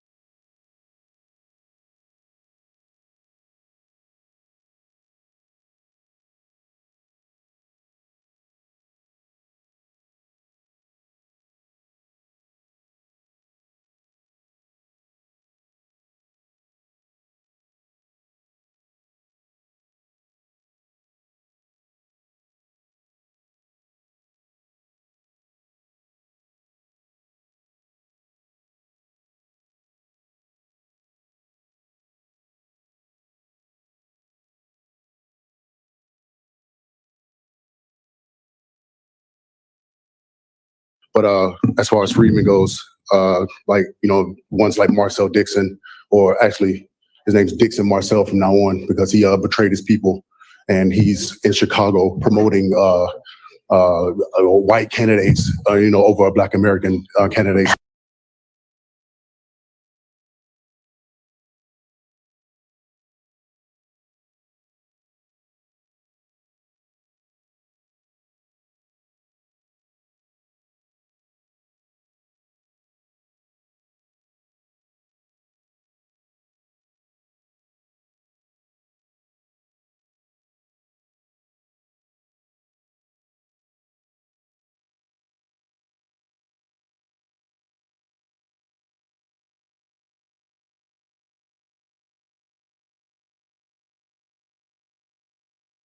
And he's online trolling, and he's talking, you know, all types of mess about people. So, you know, forget him. He's a traitor. Now,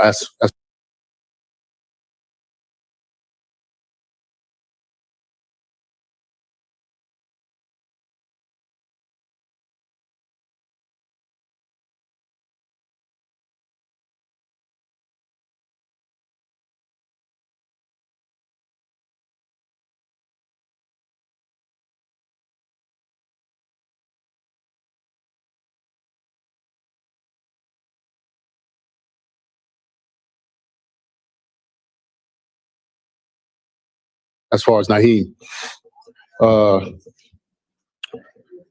this guy goes by the name of Lord Abba. You know,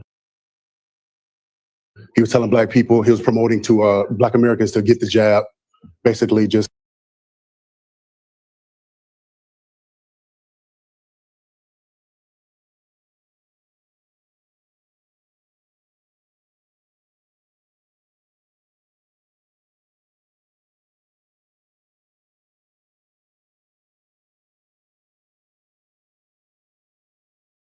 sending a curse on everybody, and I don't know what that guy's talking about. I really don't know what he's talking about. No one should be listening to him, and he represents the Freedmen Party. So, and if you think the grassroots are playing about the Freedmen movement, ask Gabriel Pamonte in Chicago. So thank you.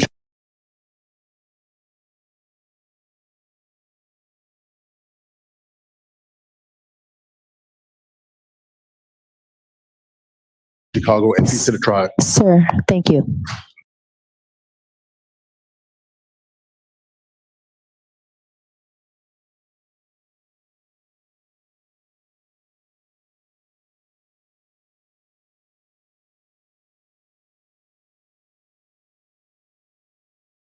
Gabriel Pamonte in Chicago. So thank you, Chicago, and peace to the tribe. Sir, thank you. All right, next speaker.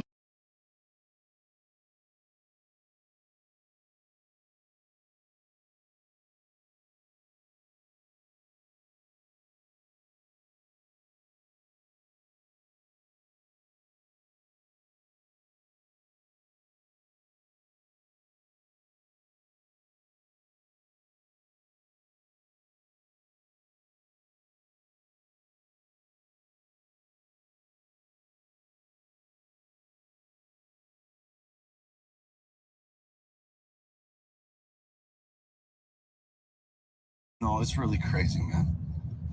About the Lambo, they said my dad bought it for me. I almost get in a fight with a bum at IHOP, and they say I staged it.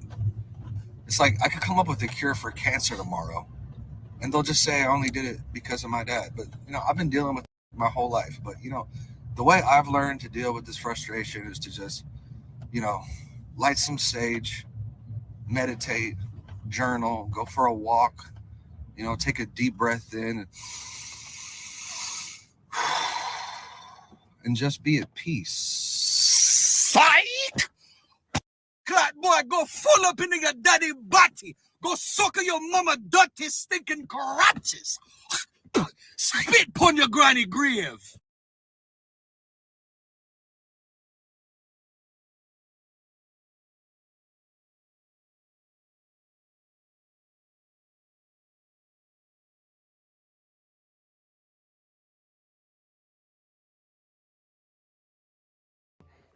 All right, Chet Hanks, since you want to act Jamaican all of a sudden again, I want to label you a tether.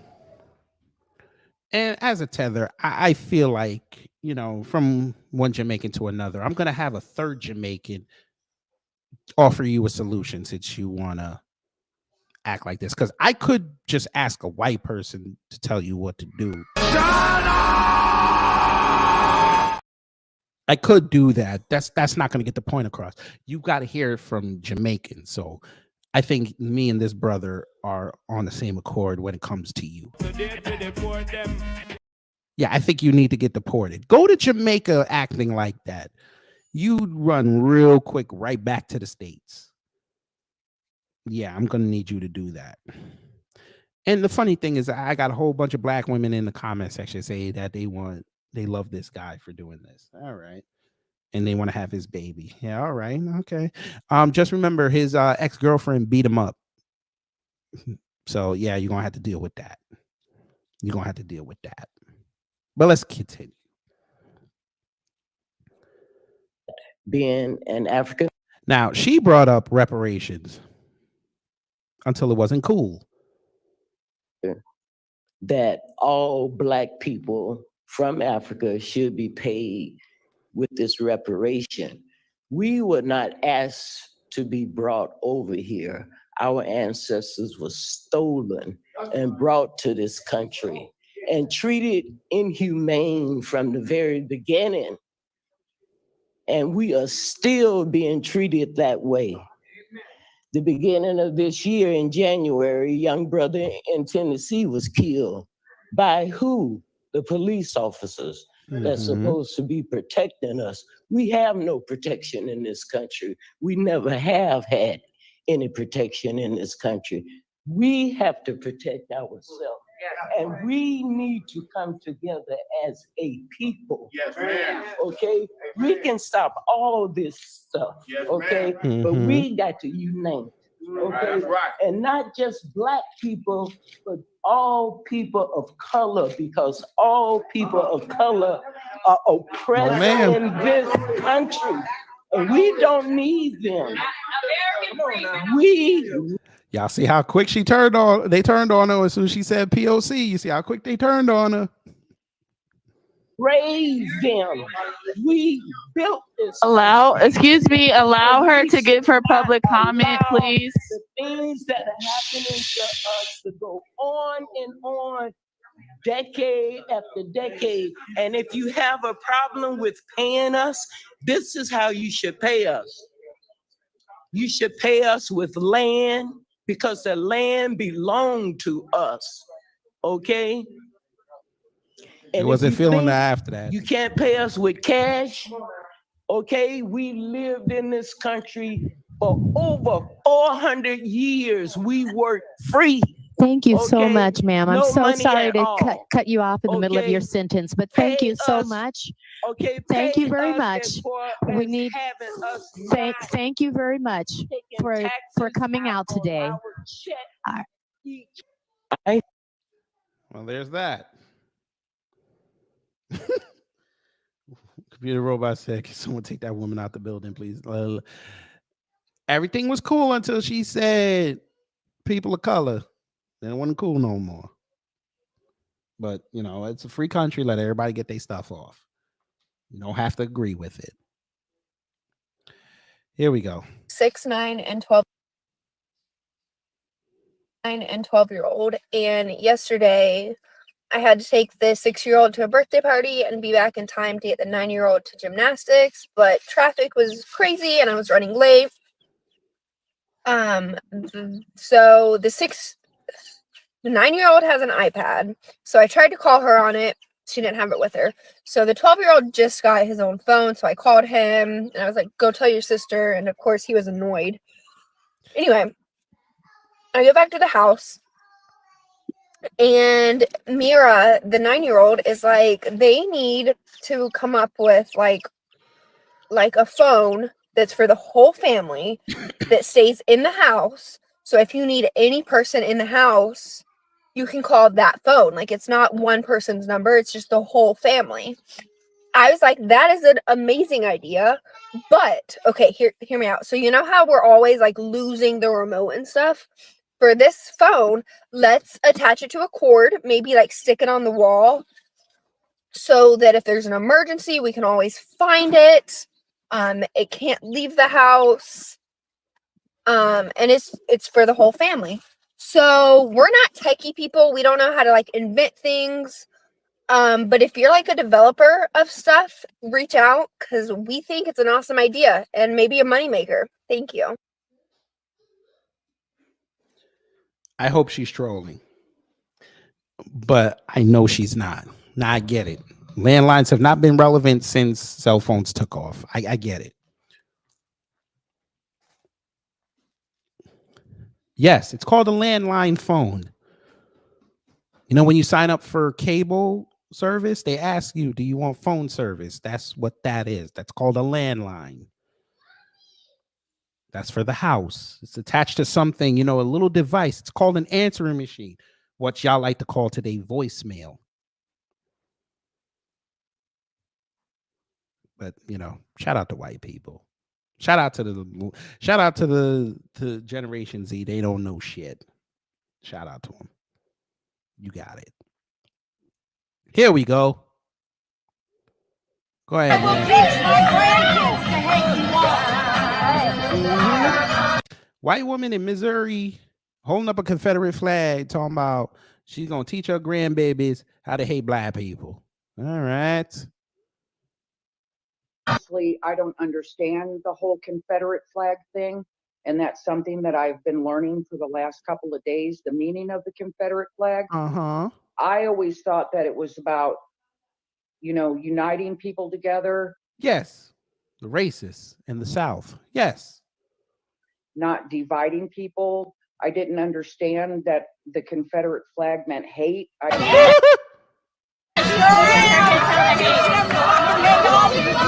just thought people didn't understand the history of the Confederate flag. Like, I don't understand. Obviously, you didn't. So you're just gonna hold things up, and you don't understand what the context of it is. All right. Understand the whole history of the Confederate flag, but I'm learning.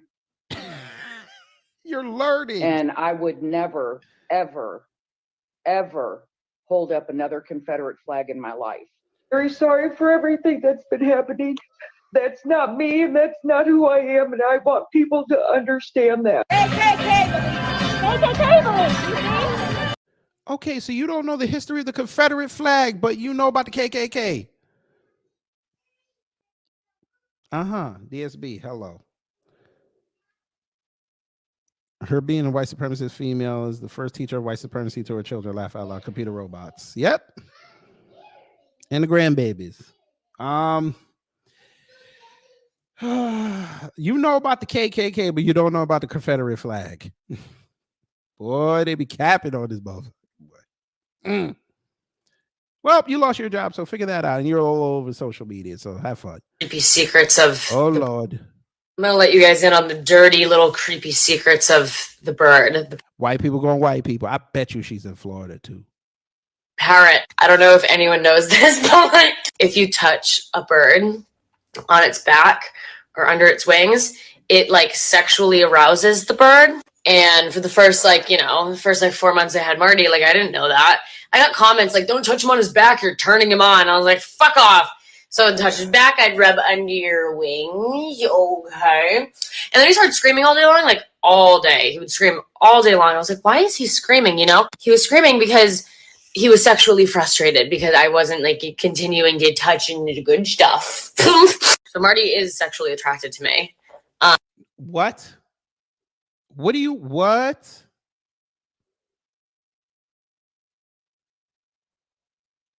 Excuse me? How is a bird sexually attracted to you? Oh, Lord. Keep going. And you know what? Sometimes I do still touch under the wings. And we're gonna have eggs one day. You want me to touch in the good spots? Yeah. I'm gonna have eggs one. We're gonna I'm have such a eggs one day? sick bastard. No kidding. I don't want to hear no more. I'm good.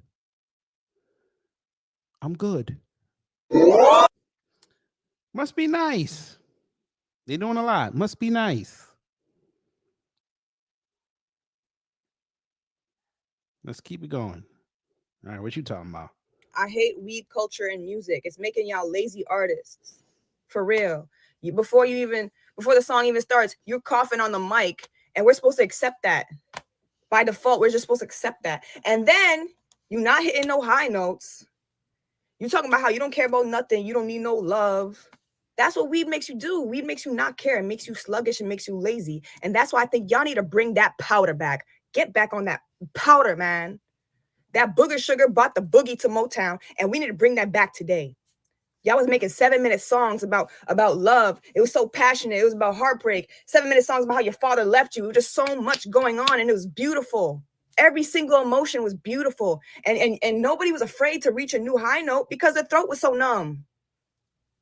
Bring it back.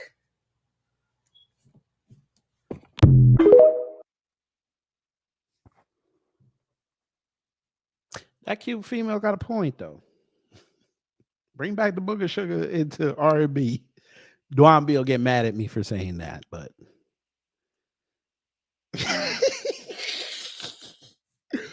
oh my God.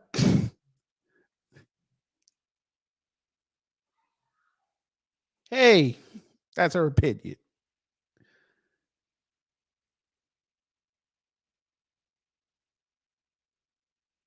Oh, they took that tweet down. Damn. All right, can't play that one. There you go. Thank you. Oh, good morning. Question, family. I love y'all to death. Who told Edward Norton to go to the reparations meeting? He looked like Edward Norton and Borat did the fusion dance. Who told this white man to go to the reparations task force? Who told him to do this? And shout out to Raheem Shabazz. He got that from Tory and Palm Color Mouth Head. invades reparation hearing. Shout out to you. Saw how quick he got up there, family. Look how quick he got up there. Morning. You have 1 minute. Thank you. Oh, good morning. I'm going to try and put sort of a mixed message across here real quick. First of all, things like land taking or LA County shuffling around underperforming teachers to black schools, that needs to change. That needs to stop. At the same time, this commission has talked about repealing equal protection laws in California and giving cash grants to people to buy homes or to support businesses. And that's a 14th Amendment issue. You'd have to repeal the 14th Amendment first, and that's done so much for black folks, for folks of all races, religious minorities. Gay people can get married because of the 14th Amendment. That's standing in your way. I'm sorry. If you want to hand out money like that. So what I'm saying is either you do it in a race neutral way, fixing schools, fixing eminent domain, or you listen to the people here, you just hand out money, you get your ass handed to you in court, and it sets everything back, and it shows just how ridiculous and shameful that whole endeavor is. That's all I got. Thank you. Whose man's is this? Who let this man in there?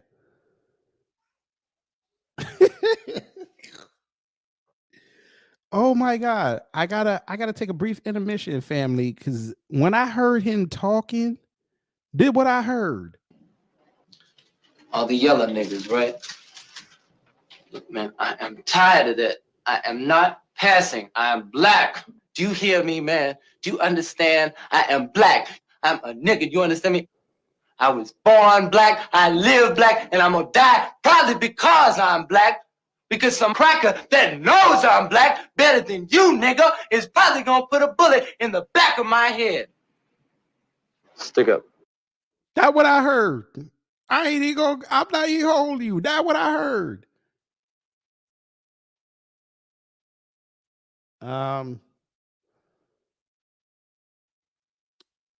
Ain't much I could do about that. That thing is all the way up.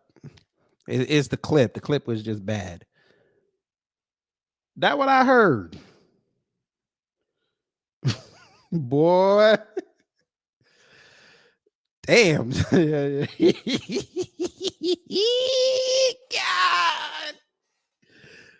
Oh man, the internet, boy. What they call it, Beyonce's internet? Get some, Mr. Elephant. Get some. Get some. Get some. Yeah, flip that. Get some. Get some, Mr. Elephant. Why AOC wilding out here?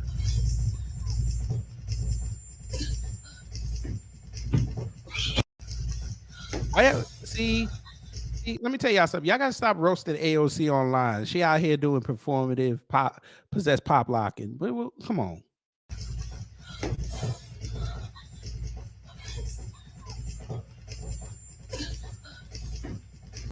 I'm more disturbed though, family, by what's going on in the back here. I'm more disturbed. Like, what's going on? Like, why is homie in the back with this check on his back and he on all fours? That's what now that is a dude. All right. This whole video disturbs me. We're gonna move on. Shout out to the pastor. Here you go. Get some. What's his name, y'all? Jesus, Jesus, Jesus. Talking about Jesus, Jesus, Jesus. He's a good God. Jesus, Jesus, died on the cross. Jesus, Jesus, for your sins and mine. Jesus, Jesus, I'm talking about Jesus, Jesus, Jesus. Someone sitting out there, feeling like no one cares. Feeling like no one cares. Everything is weighing you down. Everything is weighing you down. Prayer will help bring you around. Prayer will help bring you around. We want to tell you about our friend. We want to tell you about our friend. One that loved you till the end. One that loved you till what's his name, y'all? Jesus, Jesus. I'm talking about Jesus, Jesus. He's a good God. Died on the cross. Yeah. Shout out to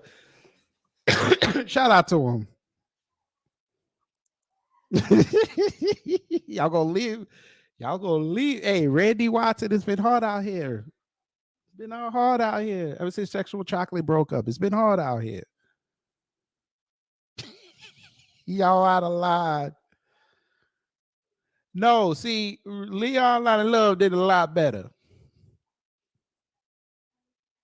He did a lot better. All right. I know they'll probably make me take this out, but I got a better one.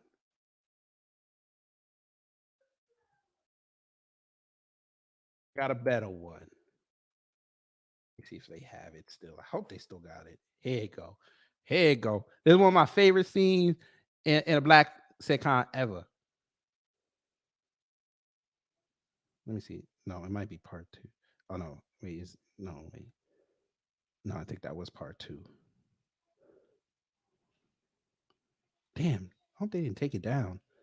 Probably did though. Let me see. Part 2. Let me see. I don't have it. Damn it.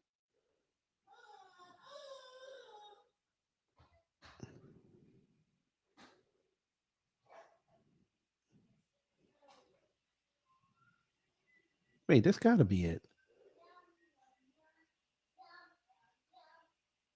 No.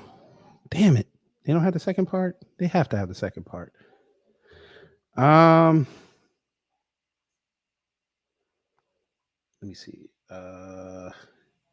Yeah, but hey, y'all gonna leave God alone. God anoints everybody.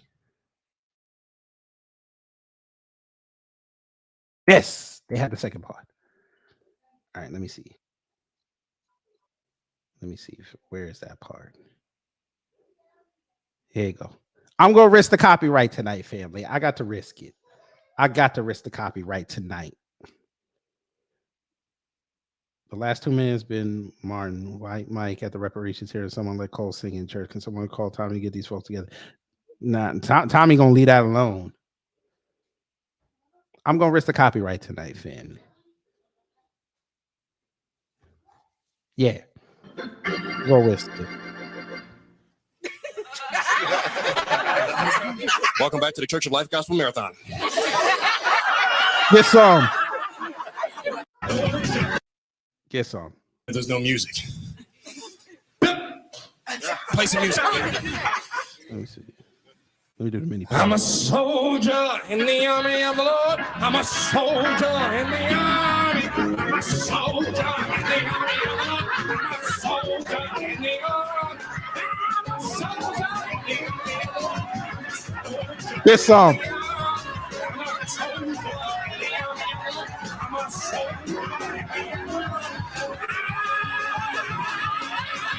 Get some.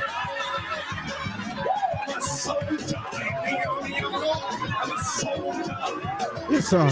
I'm a soldier in the army of the Lord. I'm a soldier.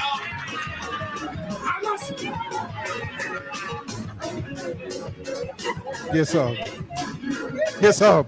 In the army of the Lord. He actually made her break character, which was funny as hell. Get some. Oh, she just broke character. She just broke character. Get it.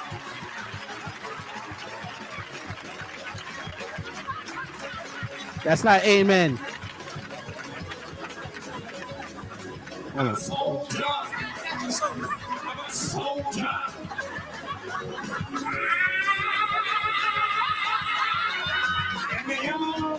Get it.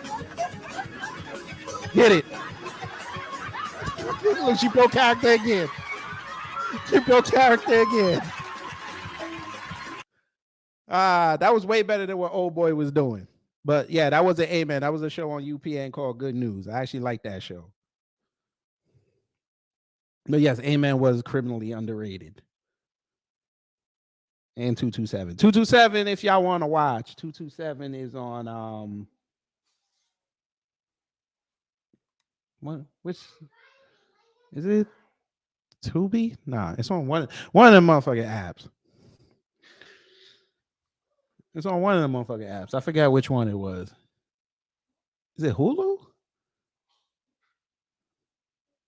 Either Hulu or Prime Video, one of them. So you can watch 227. But let's go back to Twitter things. Back to the boomer.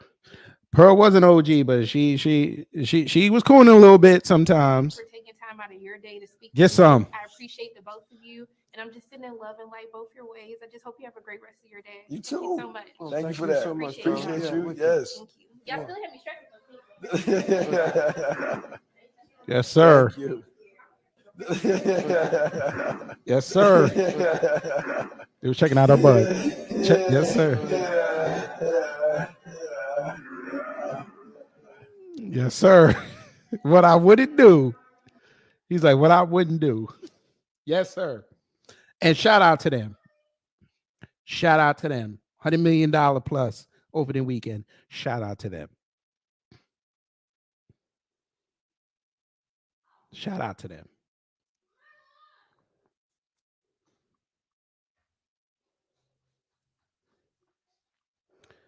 Okay, here's a question. Do y'all put jelly on y'all chicken or is it just me?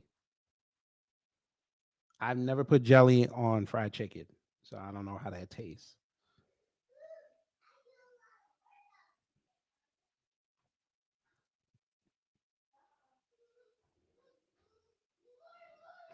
Let's keep going. Okay. We got some tether business here. But y'all tell me.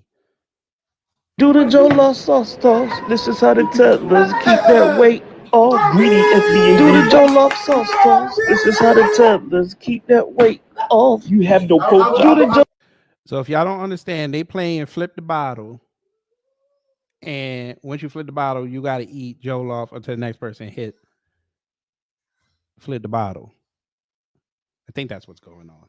Jolo sauce toss. This is how the tettlers keep that weight off. Greedy nigga. Do the Jollof sauce toss. This is how the tettlers keep that weight off. You have no culture. Do the Jollof sauce toss. This is how the tettlers keep that weight off. Greedy FBA nigga. Do the Jollof sauce toss. This is how the tettlers keep that weight off. You have no culture. Do the Jollof sauce toss. This is how the tettlers keep that weight off. Greedy nigga. Do the Jollof sauce toss. This is how the tettlers keep that weight off. You have no culture. Do the Jollof sauce toss. This is how the tettlers keep that weight off. Greedy FBA.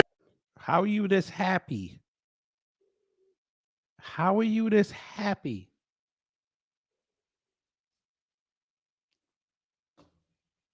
Do the Jollof sauce toss. This is how the tettlers keep that weight off. You have no culture. Do the Jollof sauce toss. This is how the tettlers keep that weight off. Greedy nigga. Do the Jollof sauce toss. This is how the tettlers keep that weight off. You have no culture. Do the Jollof sauce toss. This is how the tettlers keep that weight off. Greedy FBA nigga. Do the Jollof sauce toss. This is how the tettlers keep that weight off. You have no culture. Do the Jollof sauce toss. This is how the tettlers keep that weight off.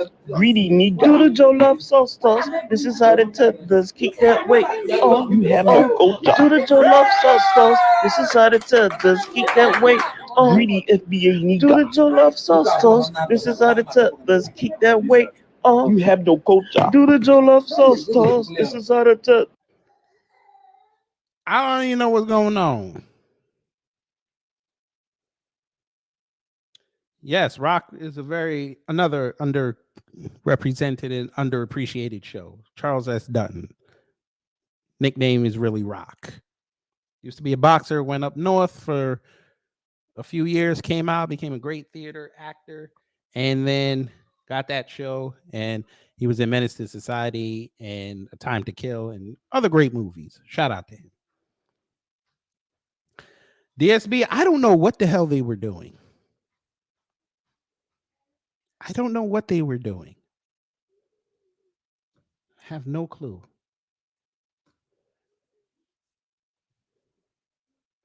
I think I think this is their version of that game that you see sometimes on social media, like TikTok, where they have the money on there and you do things for money. I guess this is their version of it, but I'm like, okay, I don't get it. But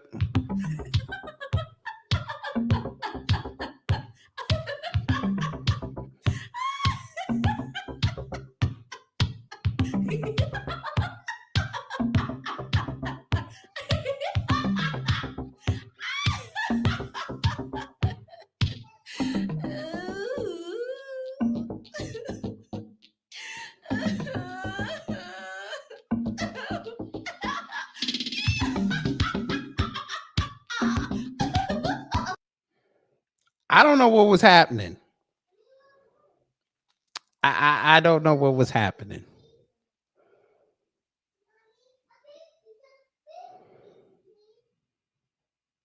Let's just go to the next one. Black people bringing race into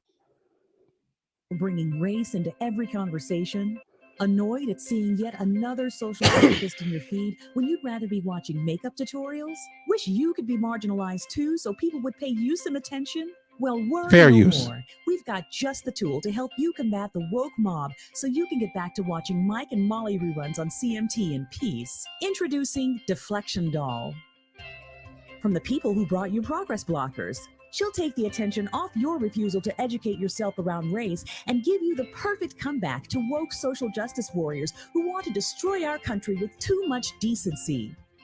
Quit playing the victim. Deflection Doll comes pre-programmed with dozens of poorly reasoned reflex responses that quickly dismiss hundreds of years of historical wrongs.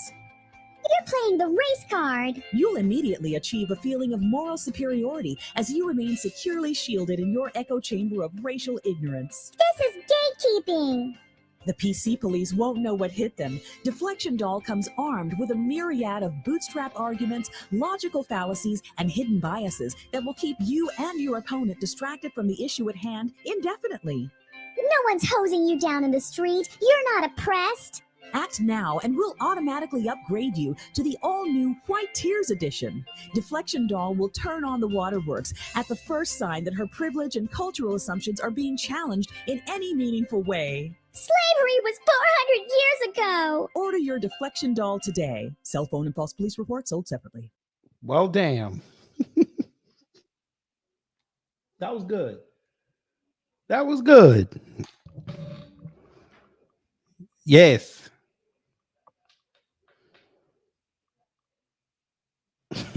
They actually teach their kids that nonsense about that age too. Do they have the school shooter toddler from the same manufacturer, Ethan Crumley doll? Psst.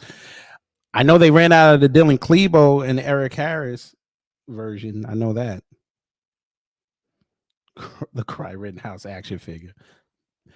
Man, Blueberry Muffin, you know they would have sold that. If they sold the Cry Rittenhouse action figure, you know that would have made some money. Matter of fact, let me see if they actually did. I know some cocksucker probably did it. Try to keep it hidden.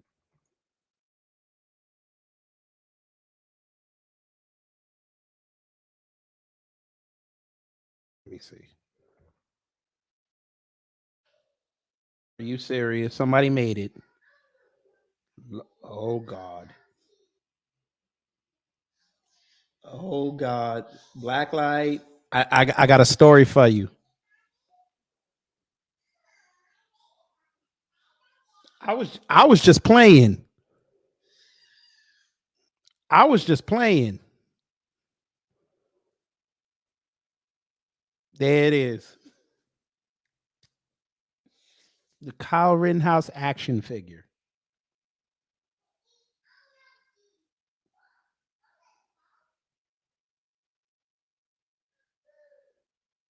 $80. The last one.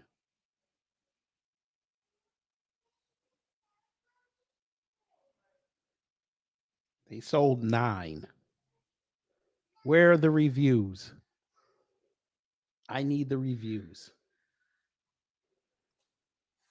Look at this.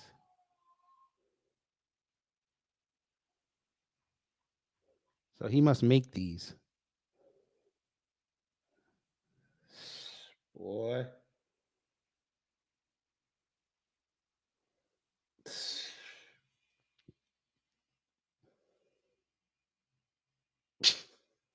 They even got the blue gloves. Man.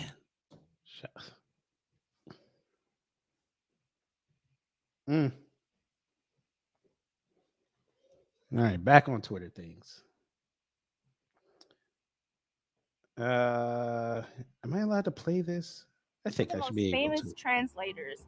His name is Mateo da Costa. He actually was one of the black translators who came from France, and he served as a translator for the Portuguese.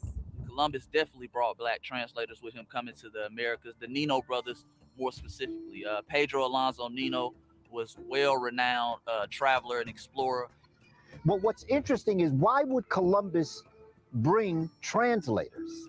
Because it meant that if he brought African translators, they must have been speaking to African people here. Because why do you need someone to interpret if you don't speak the language and they don't speak the language? So there had to have been a commonality between the two people. But of course, you get rid of all of that with Columbus, who didn't know where the hell he's going, but he had black people with him. Pizarro had black people with them. Balboa had black people with them. Magellan had black people with them. The technology for sailing, the astrolabe, all this stuff came from either the Moors or the Swahili. When Columbus came to one of the islands and he brought one of his black translators with him, it's documented that the translator came off the boat, went into the Aboriginal society, and immediately started to communicate with the Aboriginal people there. That means that there had to have been some type of previous contact for them to understand each other's language. Shout out to Tariq. You gotta give him his credit, and gotta give it to him. And from what I heard, American Maroon was very good. So if you haven't purchased it or seen it, I would encourage you to go do it. Let's move on. I think this is the part that we really need to take personal responsibility for. Saturday, I had a little low-grade fever. You'll notice. Get some.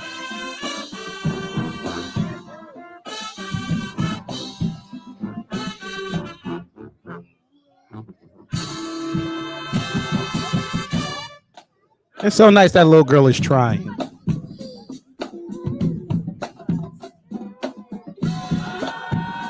Get it.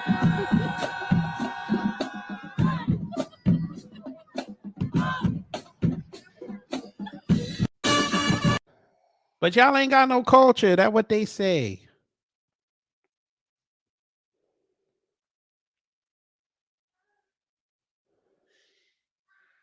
Mm.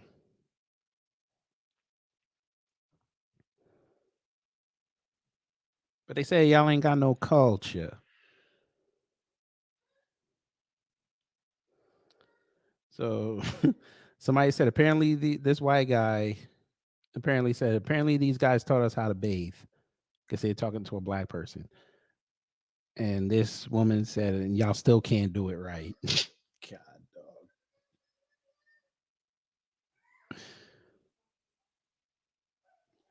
dog. So Iowa police officer designs patriotic sneaker. So yeah, there's the back to blue flag on the sneaker. And somebody said, yes, the excessive force ones. God, dog. Our people are so great.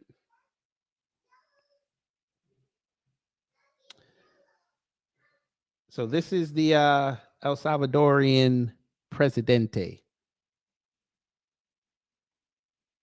Los reos, a los presos. It's in Spanish. I know y'all not going to read subtitles. So basically he said when they kill gang members, they destroy their headstone so their families can't grieve because he doesn't want any remembrance of what they've done to be lauded. And I said, that's crazy. And he also brought up the N-words from Germany. Yeah, them folk. But let's move on. This happened in Baltimore. So what you just saw was this guy in a black car running from police.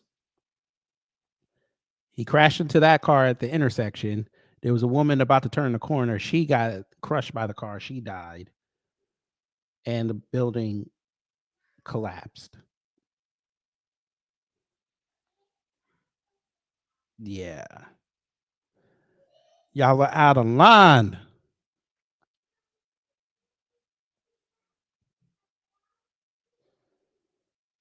Elderly couple struggling to get to their car. Take it easy, y'all. Sheriff's Deputy Kenesha Carnegie was driving by at the time. As I was sitting there, I looked to my left and I noticed these young men helping this elderly couple. So I went over to assist them. I jumped out my truck. I went over to assist them. And when I got there, they kind of had it under control, you know. So I thought at the time they looked really beautiful. That was a nice view to see, you know. And I stepped back and I videoed them. Watch as they carefully lift 89-year-old Rose Grease into her car. Rose's 100-year-old husband David stands nearby. The men don't leave until they make sure the couple is safely inside. Thank you so much, brother. I'm more surprised that this 100-year-old man was about to go drive that car. Yes, it was, DS. Yes, it was Blacklight. Yes, it was.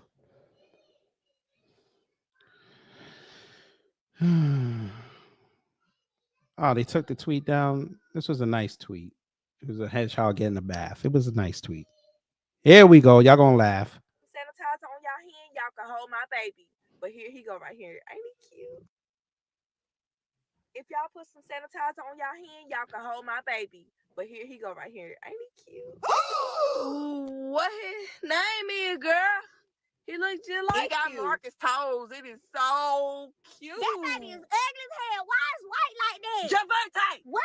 She black. Uncle Marcus black as hell. Why the baby white? He not white, Tutti baby. He just light skinned. Y'all know my great grandpa was mixed with some Indian. We had Indian all up in our family.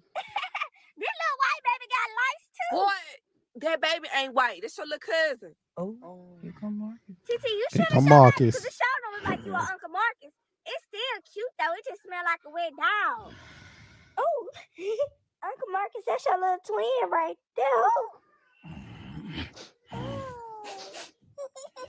there. Marcus, this your son, Marcus Jr. Huh? Keisha, you really playing in my face right now. Marcus, don't say that. He probably got albinism or something. No. Hell no. That ain't my baby. Are you serious, Marcus? This baby look just like you. Like who? You better take that damn baby back to the hospital. Quit playing with me. Really? So you gonna walk off? Marcus, come back. Little girl, quit playing with me. Cause you really playing with your life right now. And I ain't finna sit up here and play with you. This is your baby now. Put you on child support.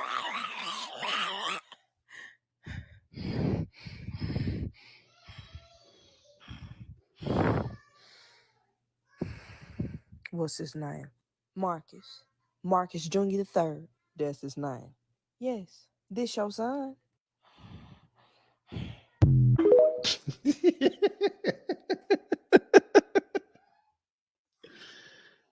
Oh man, he said you finna play. He ain't finna play with her. Come on. Why Scott Sky in a trending? Please tell me he all right. Oh, okay. I'm about to say. Get some. Get some. Get some. That koala. Own that baby right there. Get some. Look at that koala. You seen that baby say, come here. Get some. That's right. All right, get some. Do it now. What do you keep sitting up here talking about you gonna fucking protect Scooby? What the fuck you gonna do with that pipe? Because if you hit my motherfucking dog with anything, you and Scooby is going out there where you supposed to be. And that's on Kunta Kinte Chicken George. Put your dog down. Put your dog down. Let me show you what I'm gonna do. Put your dog down. No, you ain't gonna fuck with me, lady. Lord have mercy. Put your dog she down. crazy. Tie your dog up and It's let's on get to Kunta Kinte and Chicken George. You Get some. No. Put you say do what I'm gonna do. Put the dog. not playing Put your my dog up. Put your dog. Damn bad that you gonna do with my dog in my hand. Man, I'm telling you. I tell you what. Yeah, you better get the fuck on. You better get the fuck on. You talking, you can hit me act like I'm not a woman. Did you swing that motherfucking pipe at me? I promise you I'm gonna lock up thunder and handcuff lightning. You the one ran. The fuck you running for? No, I'm telling you. Leave my motherfucking dog alone. You said out your mouth, I heard it. You say you hit my dog the day before with that fucking. I was thinking about it earlier. I was upset. No, don't play like that. Don't play with that woman, dog. She's gonna light you up. On your dog. I did not touch your dog. So why did you say you hit my dog with that fucking stick? Because I was upset. Okay, I'm telling you now, leave my fucking dog alone. She told him, leave that dog alone. You're gonna go see. You're gonna go see. Shout out to OJ. He about to go off. A whole lot of people asking me what I think about this Alex Murdaugh trial. Now, if y'all don't know, Al Murdaugh killed a whole bunch of people, and he just got convicted. So OJ, everybody was asking OJ how he feel, because we know why he asked OJ how he feel. Probably Chris Rock asked him too, but you know. I don't know why they think I'm an expert on it, but stop it, OJ. Hey, Twitter world, is me, yours truly. Well, a whole lot of people asking me what I think about this Alex Murdaugh trial. I don't know why they think I'm an expert on it, but I got to admit, when he took the stand, Well, who cares? the guy Hello. was an habitual liar. I did watch when the trial first started. I watched him take the stand, and I thought it was probably a mistake because the guy is an admitted liar, and it's hard for me to think he can be on the stand 5, 6, 7, 8 days without lying. Question is, what did he lie about? But lying and stealing money is a little different than murder. I realized in watching them testify what he was doing. He was just trying to relate to 1 or 2 of those jurors that he was a good old boy. He was one of them. And I'm not sure he didn't succeed in doing that. I am not qualified to really say if the guy did it or he didn't do it. You know, if a juror missed an hour of testimony, they no longer qualified. I've missed days that I haven't watched this. But from what I've seen, do I think it's more likely that he did it? Yes. Oh, OJ, be quiet. My bad. World is me, yours truly. Well, a whole lot of think he should be looked at more about the death of his housekeeper a few years ago, where he ended up with over $4 million of the insurance money. I think they should take a hard look at that. But it wouldn't surprise me in the least if this guy beats this case. He's going to go to jail. He's going to go to jail for all the money he stole. I'm curious there because I got 9 to 33 years. 33 years because I caught some guys trying to sell my stolen property, and OJ, well, this was before he got sentenced, but OJ, you did not get 9 to 33 for getting your property back. That's not what that was. You got 9 to 33 because you locked the door, sir. Let's tell the truth. If they even told you at trial, if you didn't lock the door, you would have went home. You might have just got a fine for having the gun. The fact you locked the door, it became kidnapping, sir. That's why you got the 9 to 33. I yelled. Plus, white supremacy wanted to get you back for allegedly taking out those 2, but you know we're not gonna belabor that. Even they didn't think I should go to jail, and the judge gave me, just Jackie Glass gave me 9 to 33 years. So I'm trying to see what this guy is going to get. I was up there with guys who had robbed casinos and robbed banks 2 or 3 times, and they had half the time or a third of the time that I got. So I'm always curious to see what kind of time these guys get. All right, OJ, enough. All right, OJ, you got it. Got a few more. This. Yes, that happened. The ref lit him on fire. And he missed the table. And he's still on fire.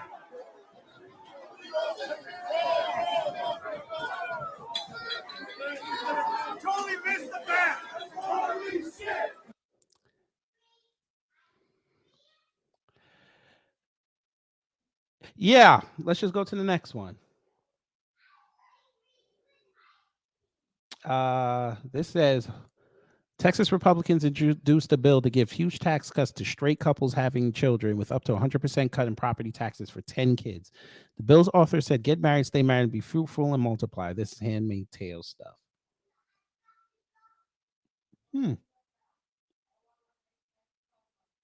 Say less. Y'all want to go to Texas and have kids and get property tax?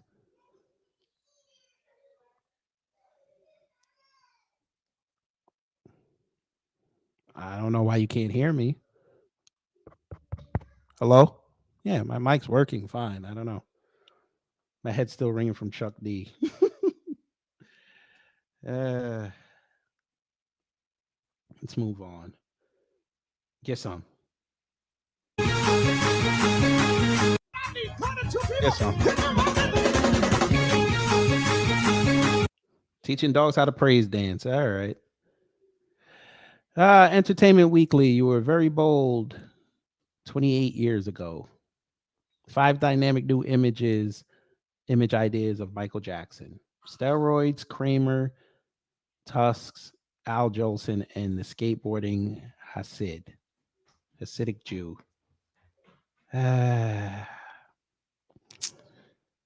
Must be nice that even in death, that man's still worth more than you.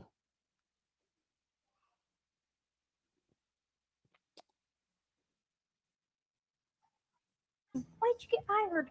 I got fired because I mixed Fabuloso and bleach. Bitch, why the fuck would you do that? Because I didn't know. I'm African.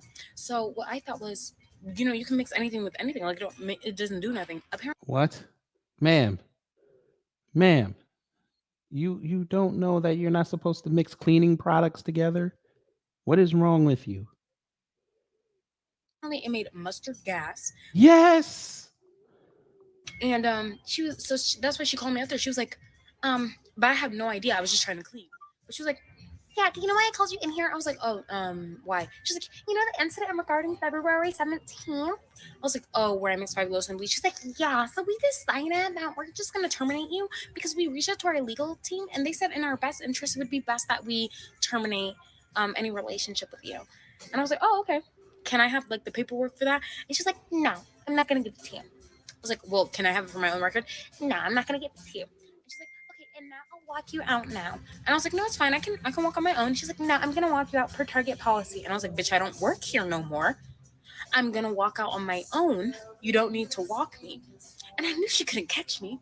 See, my Sunday, weaving through the aisles. I was like, I was just running through them. I ran through the clothes. I ran through the blankets. Yeah. And I left the store. Bitch, you're not going to try to embarrass me and give me the walk of shame. Bitch, I'm running out of here.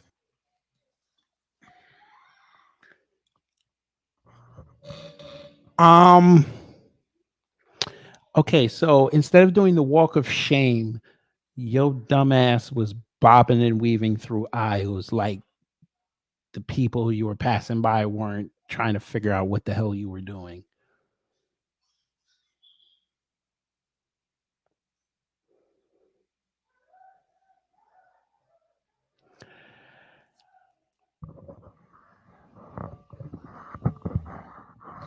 I swear black folks don't think sometimes.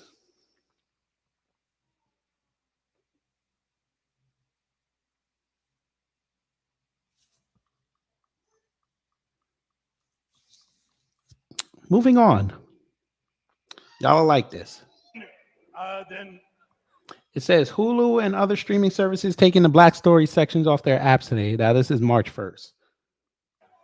if you're not Caucasian, then leave. Mark Henry.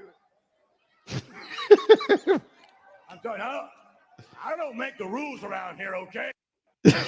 Mark Henry was like, all right. If you're not Caucasian, then leave. Mark Henry. I'm sorry, Sheldon. I don't make the rules around here, okay? Oh my God, no. No.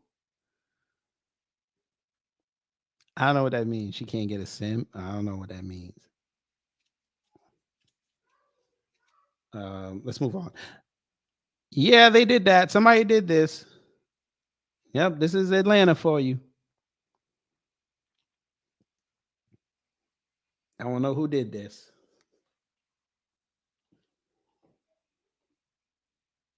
The editing job is perfect.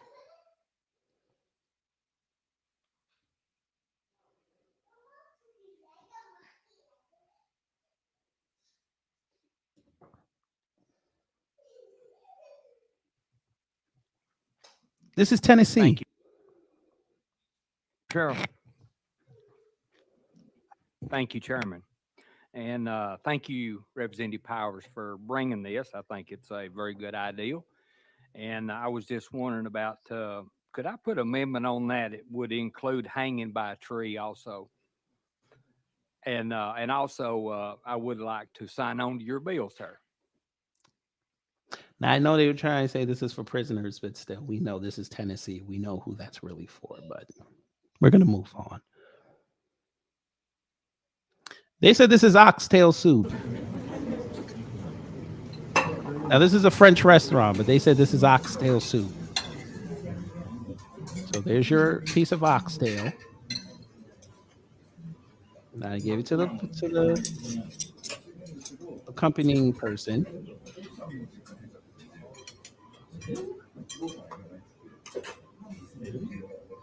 And here's the soup.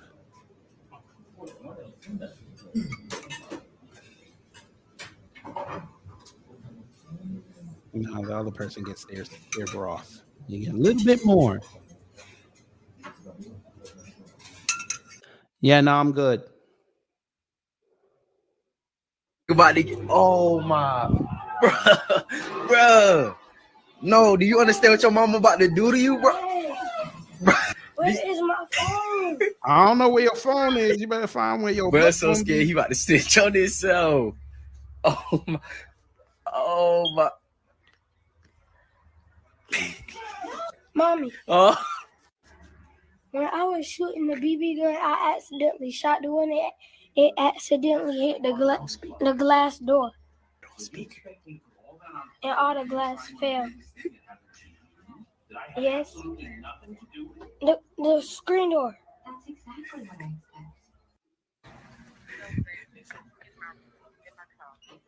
All right.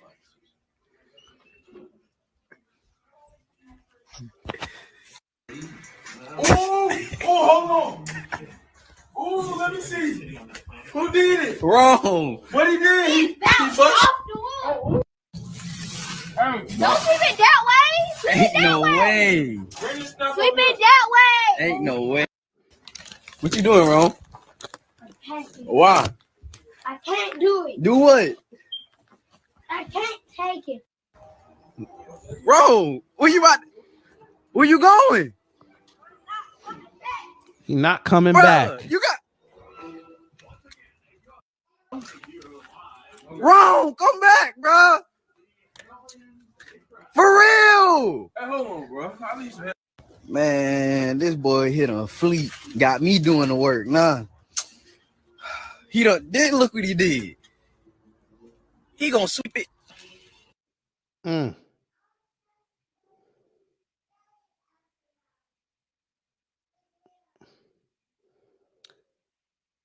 Yeah. But you know what? We're just going to end it here because I think some of that other stuff I'm going to get hit with a copyright. So we're just going to end it here.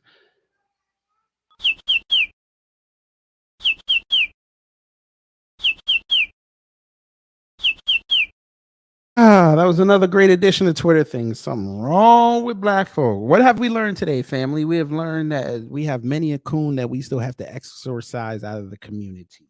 That's what we learned today. Oh, Lord. But anyway, I appreciate everybody coming in. Like I said, I will do the Israel show next week. I had to get me a piece of this Chris Rock stuff while it was still fresh. And yeah, I'm going to work on my Wednesday video tomorrow morning. I'll have it up ready for y'all Wednesday. It's going to be a good one. And yeah, just enjoy the week. Week started. Hope it's productive for everybody. Go out there and make that money. Y'all go out there, take care, stay safe. Yeah, y'all know what to do when the agitators of peace come to mess up your existence.